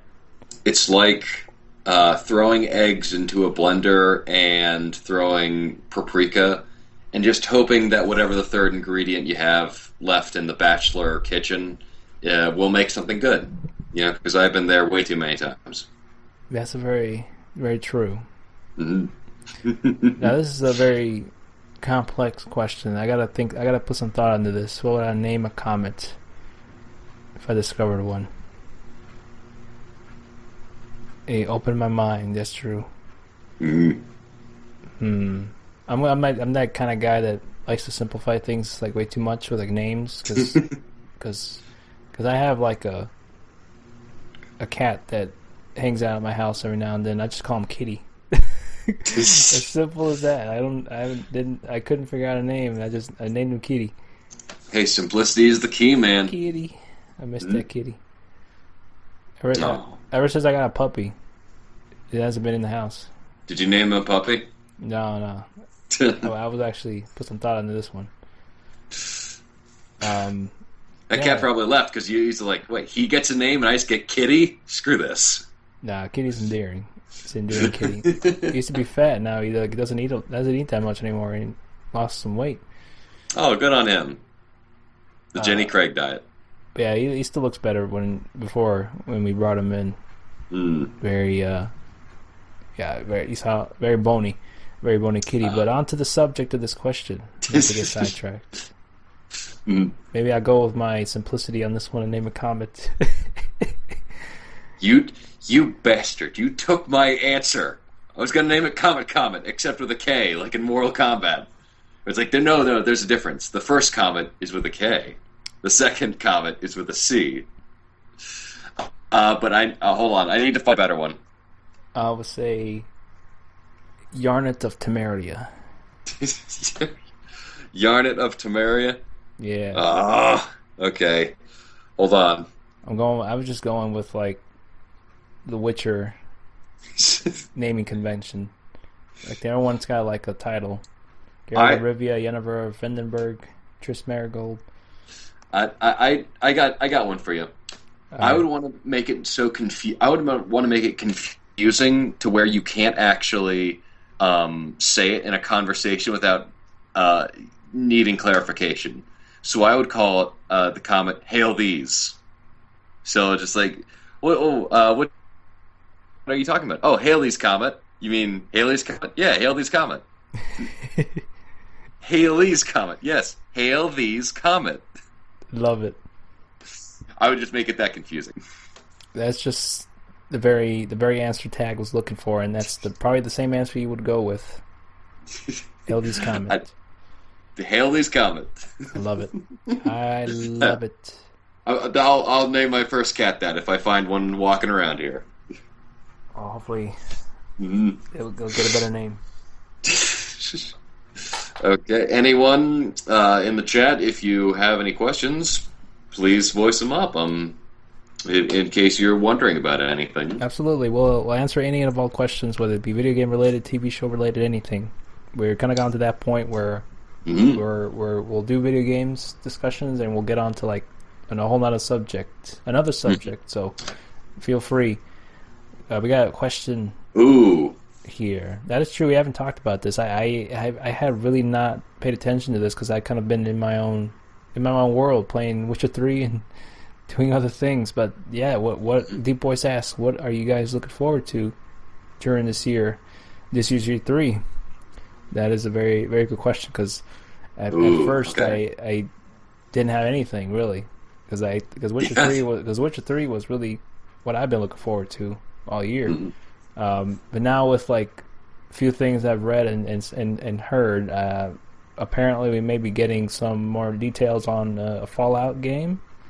Fallout 4, yeah. Which I'm more than thrilled to invest my life into, walking and stumbling in dungeons and oh man, so good. Several things. Halo 5, any new stuff on that? I'd love that. Sure, yeah. Apparently, there's a new Dark Souls in the works, and with Miyazaki returning to the head of the team. But that's a rumor. That's a rumor so far. There have been unfounded rumors in the past. Last Guardian rumors on this year. Yeah, Mass Guardian versus Duke Nukem. That one's going to come out this year too.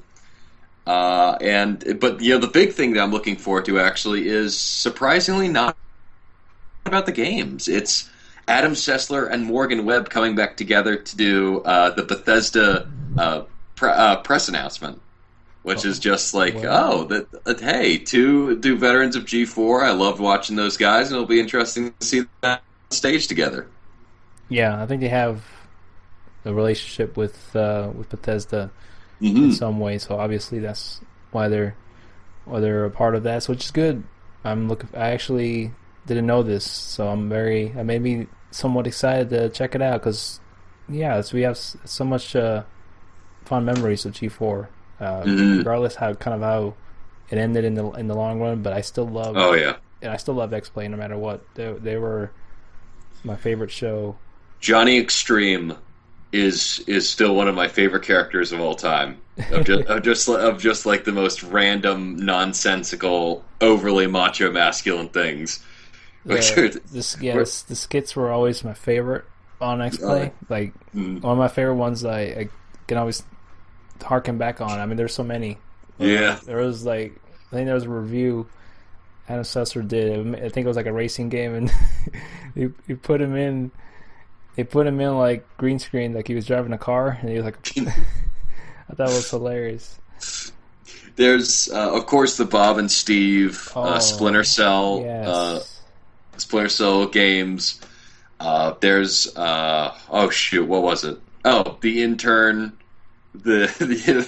They always had great ones with the intern. Yeah. They and of course the one where they actually review Johnny Extreme's video game, which is just like the levels keep changing every 5 seconds, so we always keep dying. And Canadian guy. Oh, the Canadian. Of course, just like the fact that they always brought them in for like during the reviews. That just like that made my heart sing. Just where that they couldn't leave it alone. Yeah, the Canadian guy may have reviewed like some like NHL games. So Of course, anytime they brought up hockey, they brought up the Canadian guy. yeah, good times. But that's very promising, very Yeah. promising there. Was there anything else? Is Nintendo doing anything? No. Nintendo is, I'm the least surprised for Nintendo just because they're the only ones who are currently uh, doling out good content. Right. Because, like, I'm never surprised. Like, Splatoon, good game. I assume the Star Fox game coming out if it is announced this year, is going to be great. It's like they're so good, I'm never actually surprised when they're good. So, good on you, Nintendo. Hope everything's uh, worked well for you. Cuphead, that's one I wanted to look forward to. It's kind of like uh, this sort of action adventure 2D game where you can play as sort of this, like, early animation where it's like Steamboat Willie or some of the earlier animations of Walt Disney where it's got that kind of interesting look where there's like film grain and artifice on there, and that's what's apparently going to be the stylistic trappings of Cuphead. Whoa, So yeah, hmm it's new to me. it's a pretty interesting looking one. Seeing more of what was the other one? The shit. I'm blanking on names here. It was that space game. Oh, No Man's Sky. No Man's Sky. Yeah. Oh my, See, that looks really really fun. see more of that would be nice. I like to see more of as much as I like to play it, and I don't know if I ever will because it's a Microsoft exclusive Mhm. game. But I would see more Quantum Break. Yeah, I did. Well, hey, wouldn't we all like to see a little bit more Quantum Break? They're not announcing much of it, especially after Phantom Dust, which was going to be another exclusive game didn't that was essentially pounded into oblivion because Microsoft wanted it to be multiplayer and they had way too many demands on it, so it just kind of the entire game kind of crumbled, Yeah, which is too bad. Apparently, Aisha Tyler's returning. That's awesome. I love her. Girlwood, hmm Girlwood indeed. Girlwood movement. Yeah, I mean, Deus Ex. I don't know if anyone's interested in a Destiny expansion. I'm sure as hell not. What? Uh, yeah, exactly. There's more of that. The only thing I'm thinking of is the Mad Max game, just because I love the movie, although haven't really seen much about the game that really piqued my interest. Mass Effect 4. Hope it's good. Oh man, that's true. Yeah. I mean, I like to. I wouldn't mind playing another Mass Effect game. I mean, I love that universe. I don't remember if is it is it a sequel or a prequel? I think it's going to be an alternate dimension, just because there's no way in hell they're going to. They gotta. It's like no, all those endings are the same with the same outcome, especially when it's either like destroy the entire every life form in the universe, or or everyone's all right. Yeah, I mean, I guess that'd have to be the way it goes. I mean, as much I'd like to play another one in that universe for sure. Maybe as a different character or a different species would be interesting. Um, Mm.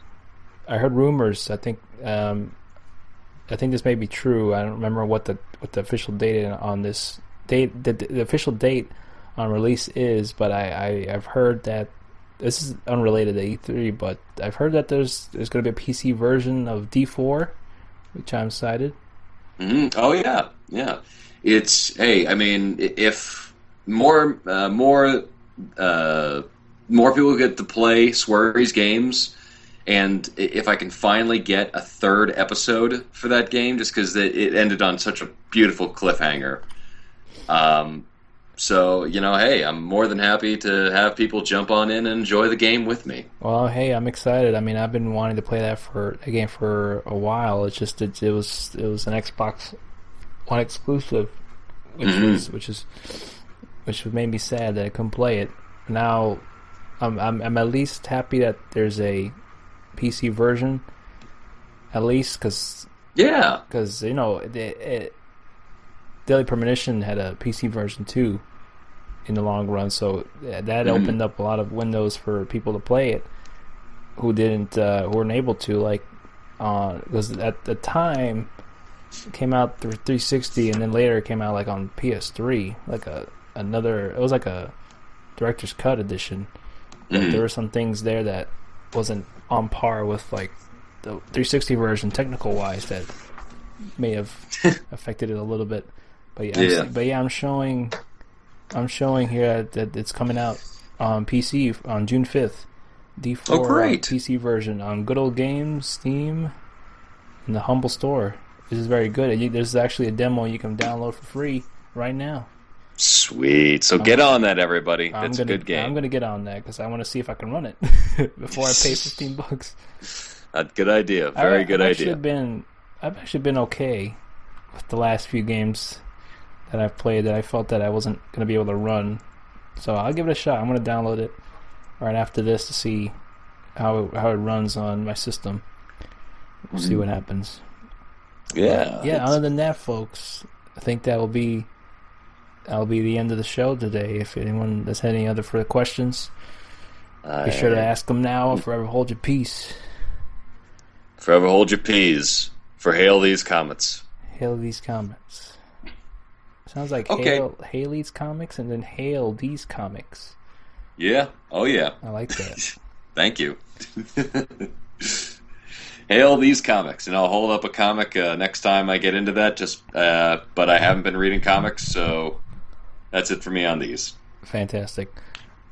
As usual, folks, you can always find us on youtube.com/Splinter47. You can spell all that out.